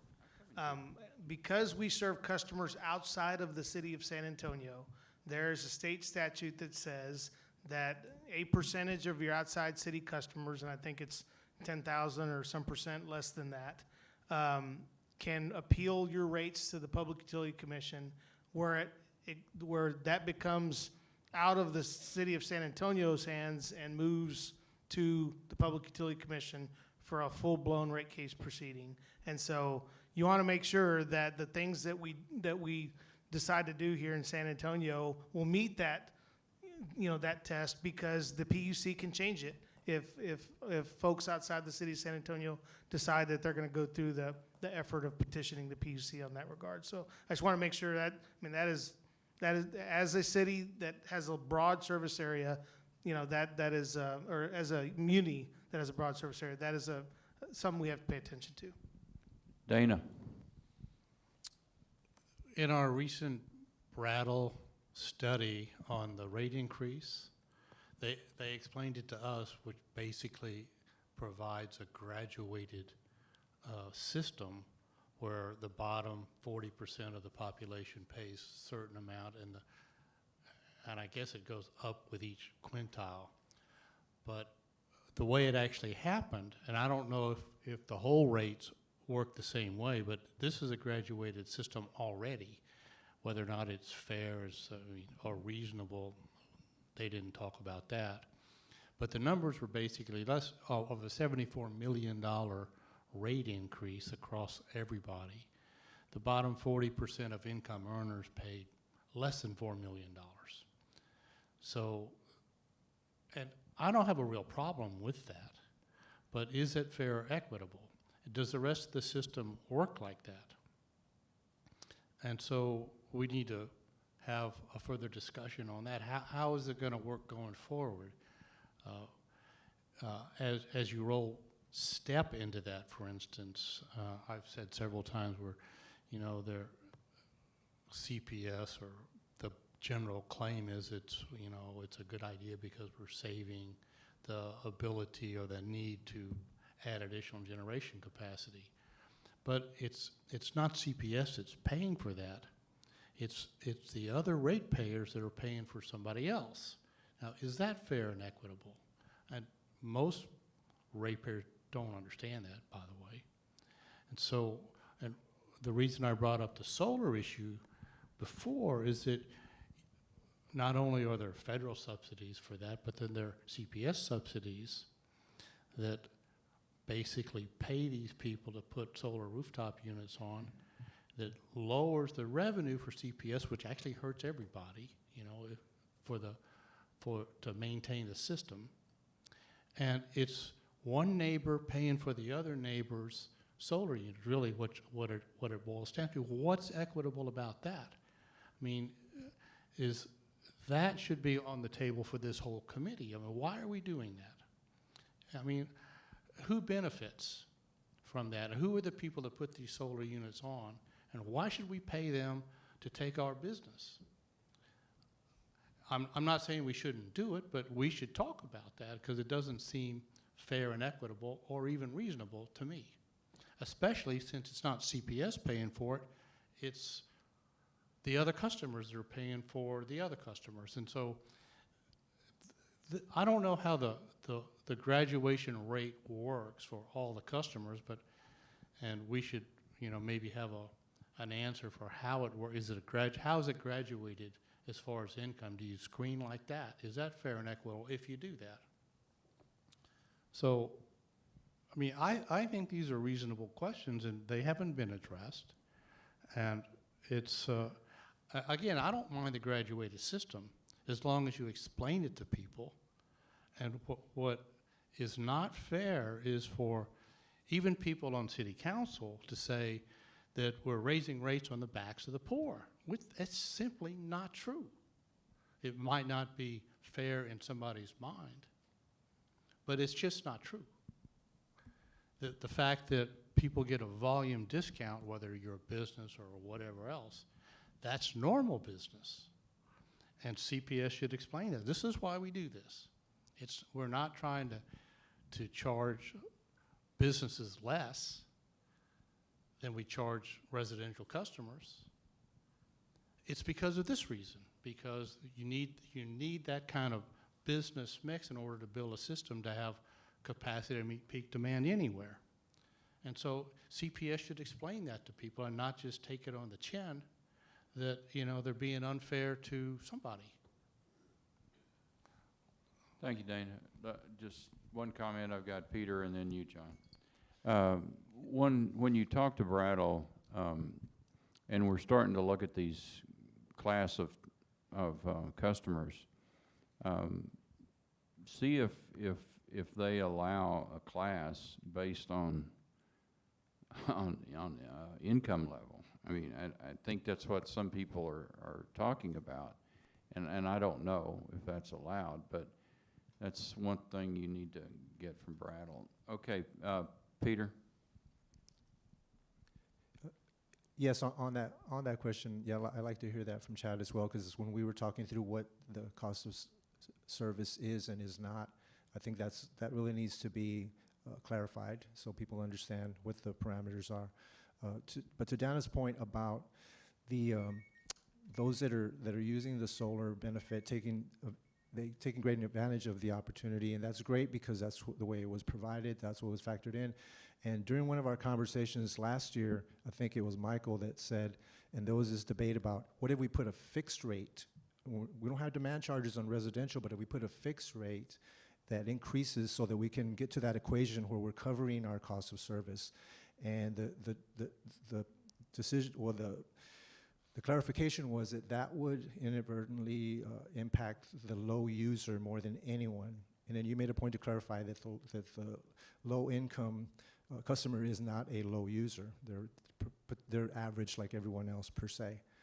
So my question is, would that be something to consider now? I mean, we're talking about rate design. Is what happens if we do apply that fixed rate increase and go with that? It's going to impact that group, but that's okay because they've taken the benefit, and it disincentivizes that component of it, of the step or energy efficiency is kind of counterintuitive, but yet it kind of levels that playing field because somebody has to pay for that benefit. And so that's one point. The other is decoupling, Reed, and how we going forward here in the short term, and I had brought this up recently about the current infrastructure funding that's available. There's like $3.1 million worth of funding available for weatherization and energy efficiency. Can we capture some of that as much as we can and make a great case and through the round table and say, let's bring that money into CPS, or is it the city? Make a determination how it's going to be done, if we're going to decouple, and then we apply that and we start to lighten the load on what we have to pay for the winterization programs and take that off. Maybe coming into our next rate increase, we'll be able to say, hey, we're going to bring down your rate because you don't have to pay for that for the next 2, 3, 4 years because we found another source of funding, and factor that into our rate design. So those are my thoughts on those 2 points. John and then Femi. I just actually, I have a couple of questions. One is, if city council sets the rate structure, who sets the commercial rates? The CPS sets the rates, the council approves them. Approves them. Yeah. And so, do you have individual commercial rates for everybody, or is it a kind of a standard? We've got some kind of boutique rates, you know, that we've created. The green tariff is an example of, you know, somebody who wants to source their own, you know, renewables. We've come up with a way to do that. We don't have any customers on them there yet, but there are customers who are interested. For the most part, we've got 3 or 4 standard commercial rates that, based on the size of the load, you know, that makes you eligible for a rate, and eligibility is determined, you know, by CPS Energy. And you know, Chad can provide all the context you want on why our kind of bands of pricing are what they are, but it's based on, and Brattle has said this, on some very standard utility rate-making practice that's cost of service based. I mean, you get economies of scale.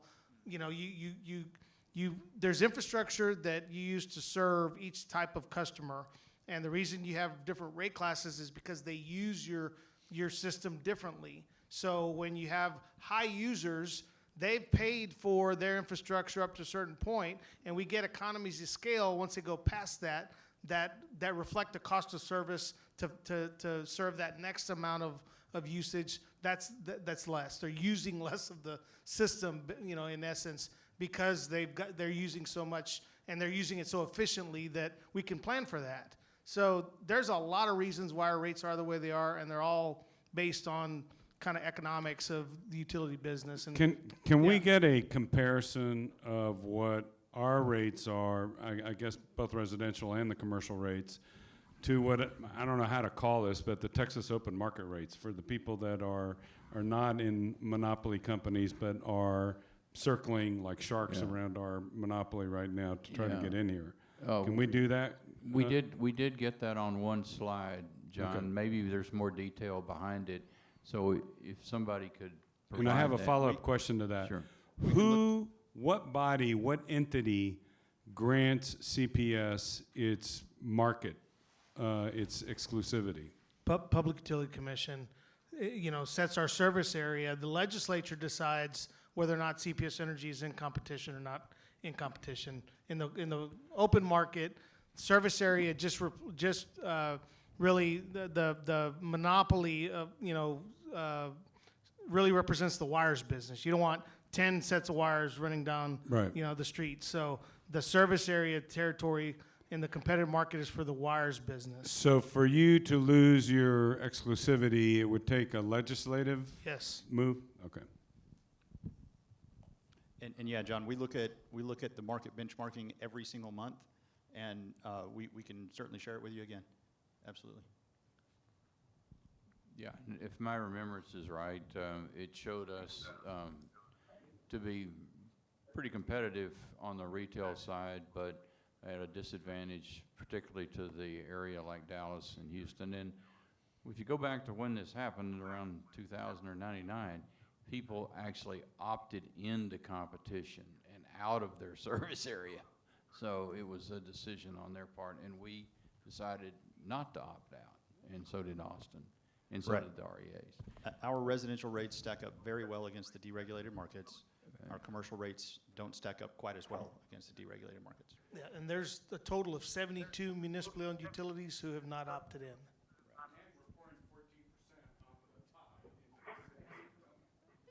We are. Okay, now, John, are you finished? I'm going to go to Femi. Okay, Femi, talk to us. Hello, Femi. Okay, can you hear me now? Gotcha, go. Okay, good. Again, I'm sort of circling back to the issue of equal, fair, and reasonable, and some of Dana's comments in connection with solar and STEP and all those. I guess one word that jumps out to me, based on some of our previous meetings, is the issue of cross-subsidization. I remember that in one of the in-battle presentations, it was actually stated that there are plans where this cross-subsidization occurs either by design or by some form of approval for that to happen. But it does happen where institutions where certain customers pay for parts of the services being enjoyed by other customers. Now, I'm not advocating for that. I'm just saying that it happens and it can exist. The other thing about it's not so much cross-subsidization in this case, but we have to remember that even in the current rate design that we have, after the rate increase, there is the affordability discount program, which in some way accounts for or helps some of those low-income folks to meet up with their bills, things like that. So I'm saying that there are certain I don't want to use the word irregularities, but they do appear to be irregular by design and by some form of approval. So that's just a comment. The other comment I wanted to make has to do with our process. We've just talked about a generation planning model of some sort, which we'll be hearing more about. And I'm curious to know, do we need another model in this case also for rate design where we can actually play around or test and simulate different rate structures and see how they play out? Is that something that's worth thinking about as we go forward in this discussion? And those are my comments. Yes, we can.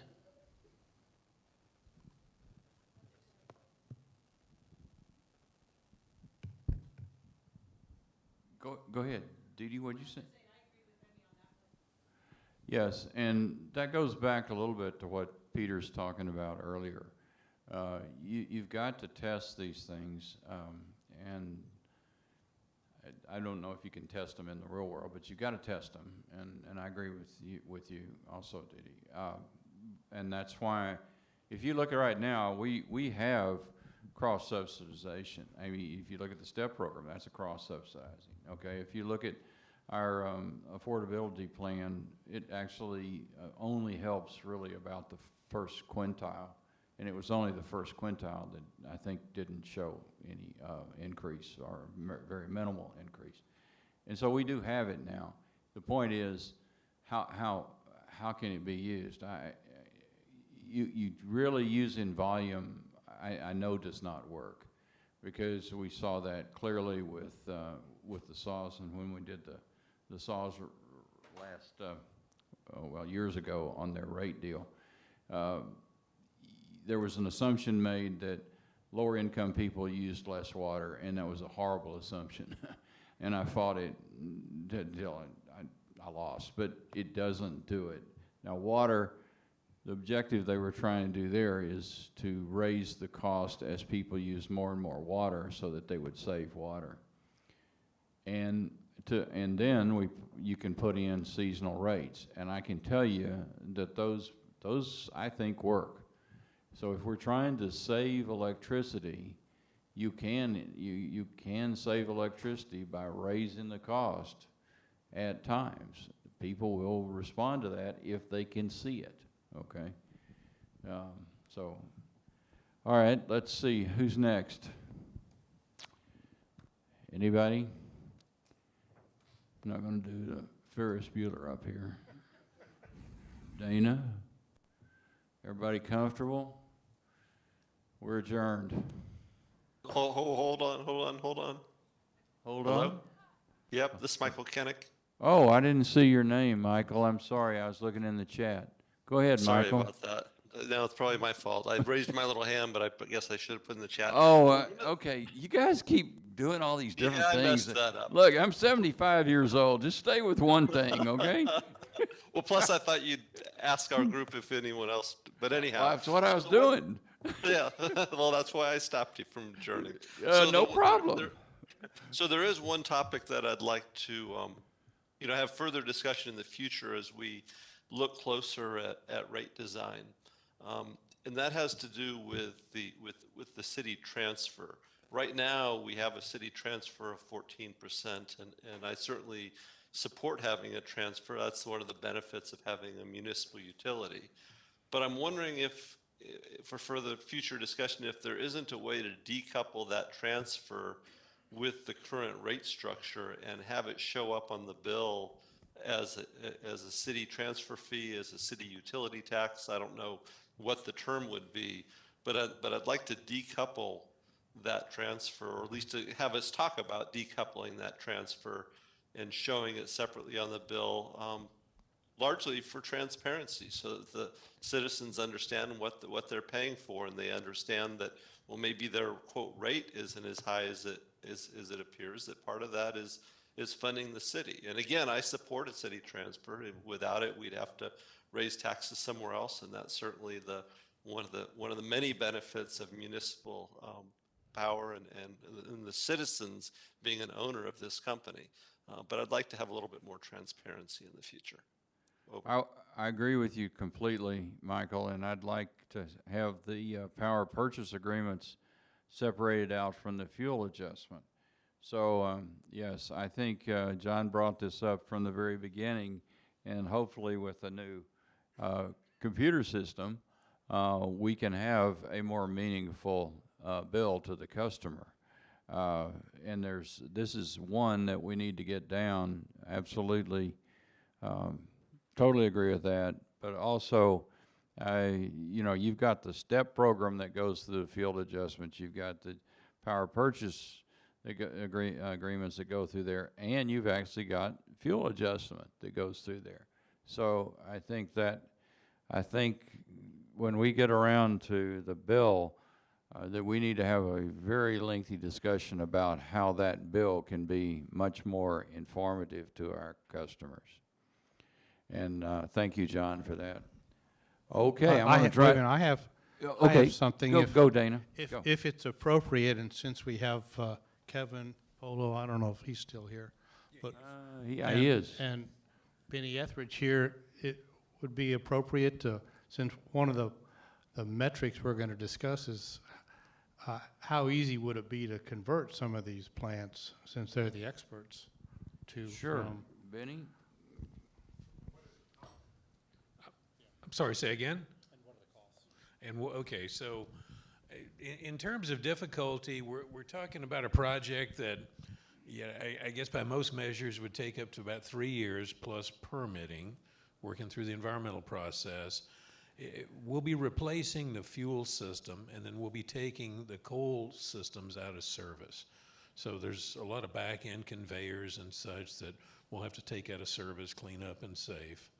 The fuel system itself, we have a fair amount of piping to remove. There's some air piping to add. There's gas piping to add. So fairly involved process, most all of which can be done in advance of bringing the unit offline. We're anticipating a plant shutdown somewhere in the order of 60 to 90 days. That's it.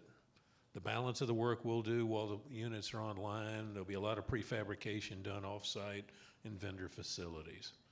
Benny, talk a little bit about some fuel constraints we have depending upon the site. So Rudy's exactly right. There are limitations in the amount of gas we have coming into our plant. And so we'll have to be in a position where we can redirect gas we're currently using, such as from the Bronick units. We've got roughly 800 megawatts of capacity there. We will still have to do a fair amount of gas pipeline work, working closely with Richard Lujan's team on our site to make this possible. But it's absolutely achievable. Other companies have done this successfully around the country. And the whole goal here is to make best use of assets that we've already purchased on behalf of the city.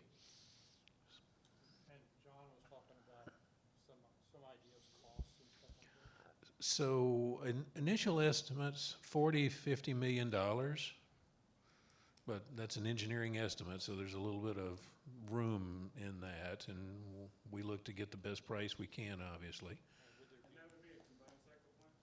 No, sir. What we would do is basically turn Spruce 2, for example, if that's the unit that is selected, we would turn it into a large Bronick 3 or one of our Summers 1 or Summers 2. Basically, it'll still be a drum boiler that is just going to fire on natural gas. They're all over the country, and they've been pushing power into the market for a long time. They don't ramp as quickly as combined cycle units, but when I say ramp, I mean they don't have the ability to change load as quickly, which in today's market with large amounts of wind is pretty important. So these units will still have to be supported by our peaking units, you know, the lease CTs, and our combined cycle units to help Kevin and his team match changes in wind with increases in our traditional generation to avoid any problems with delivery. Yes, sir. Are there any efficiency gains and monetary efficiency gains from converting one to the other? Building some new pieces and things in there to save you some operating costs? Well, we will save some operating costs. We will require a smaller staff, and there are fewer systems to operate and maintain. So there are some savings there. On the flip side, the reason people went to coal in the early days, I guess in the 70s, we were exclusively gas, and we saw large swings in gas prices. Coal was a way to lower our price and stabilize in electricity prices. So we will be subject to natural gas swings, and it's a trade-off for that. But we can reduce our operational costs, and frankly, there's just fewer systems to operate and maintain. Mm-hmm. Any other questions? Okay, thank you. Okay. I'm giving it time. I don't want to. 1, 2, 3. Done. Thank you. See you on the Thank you. 17th. you very Everybody much. hopefully here. Thank you. Bye-bye. Have a great evening,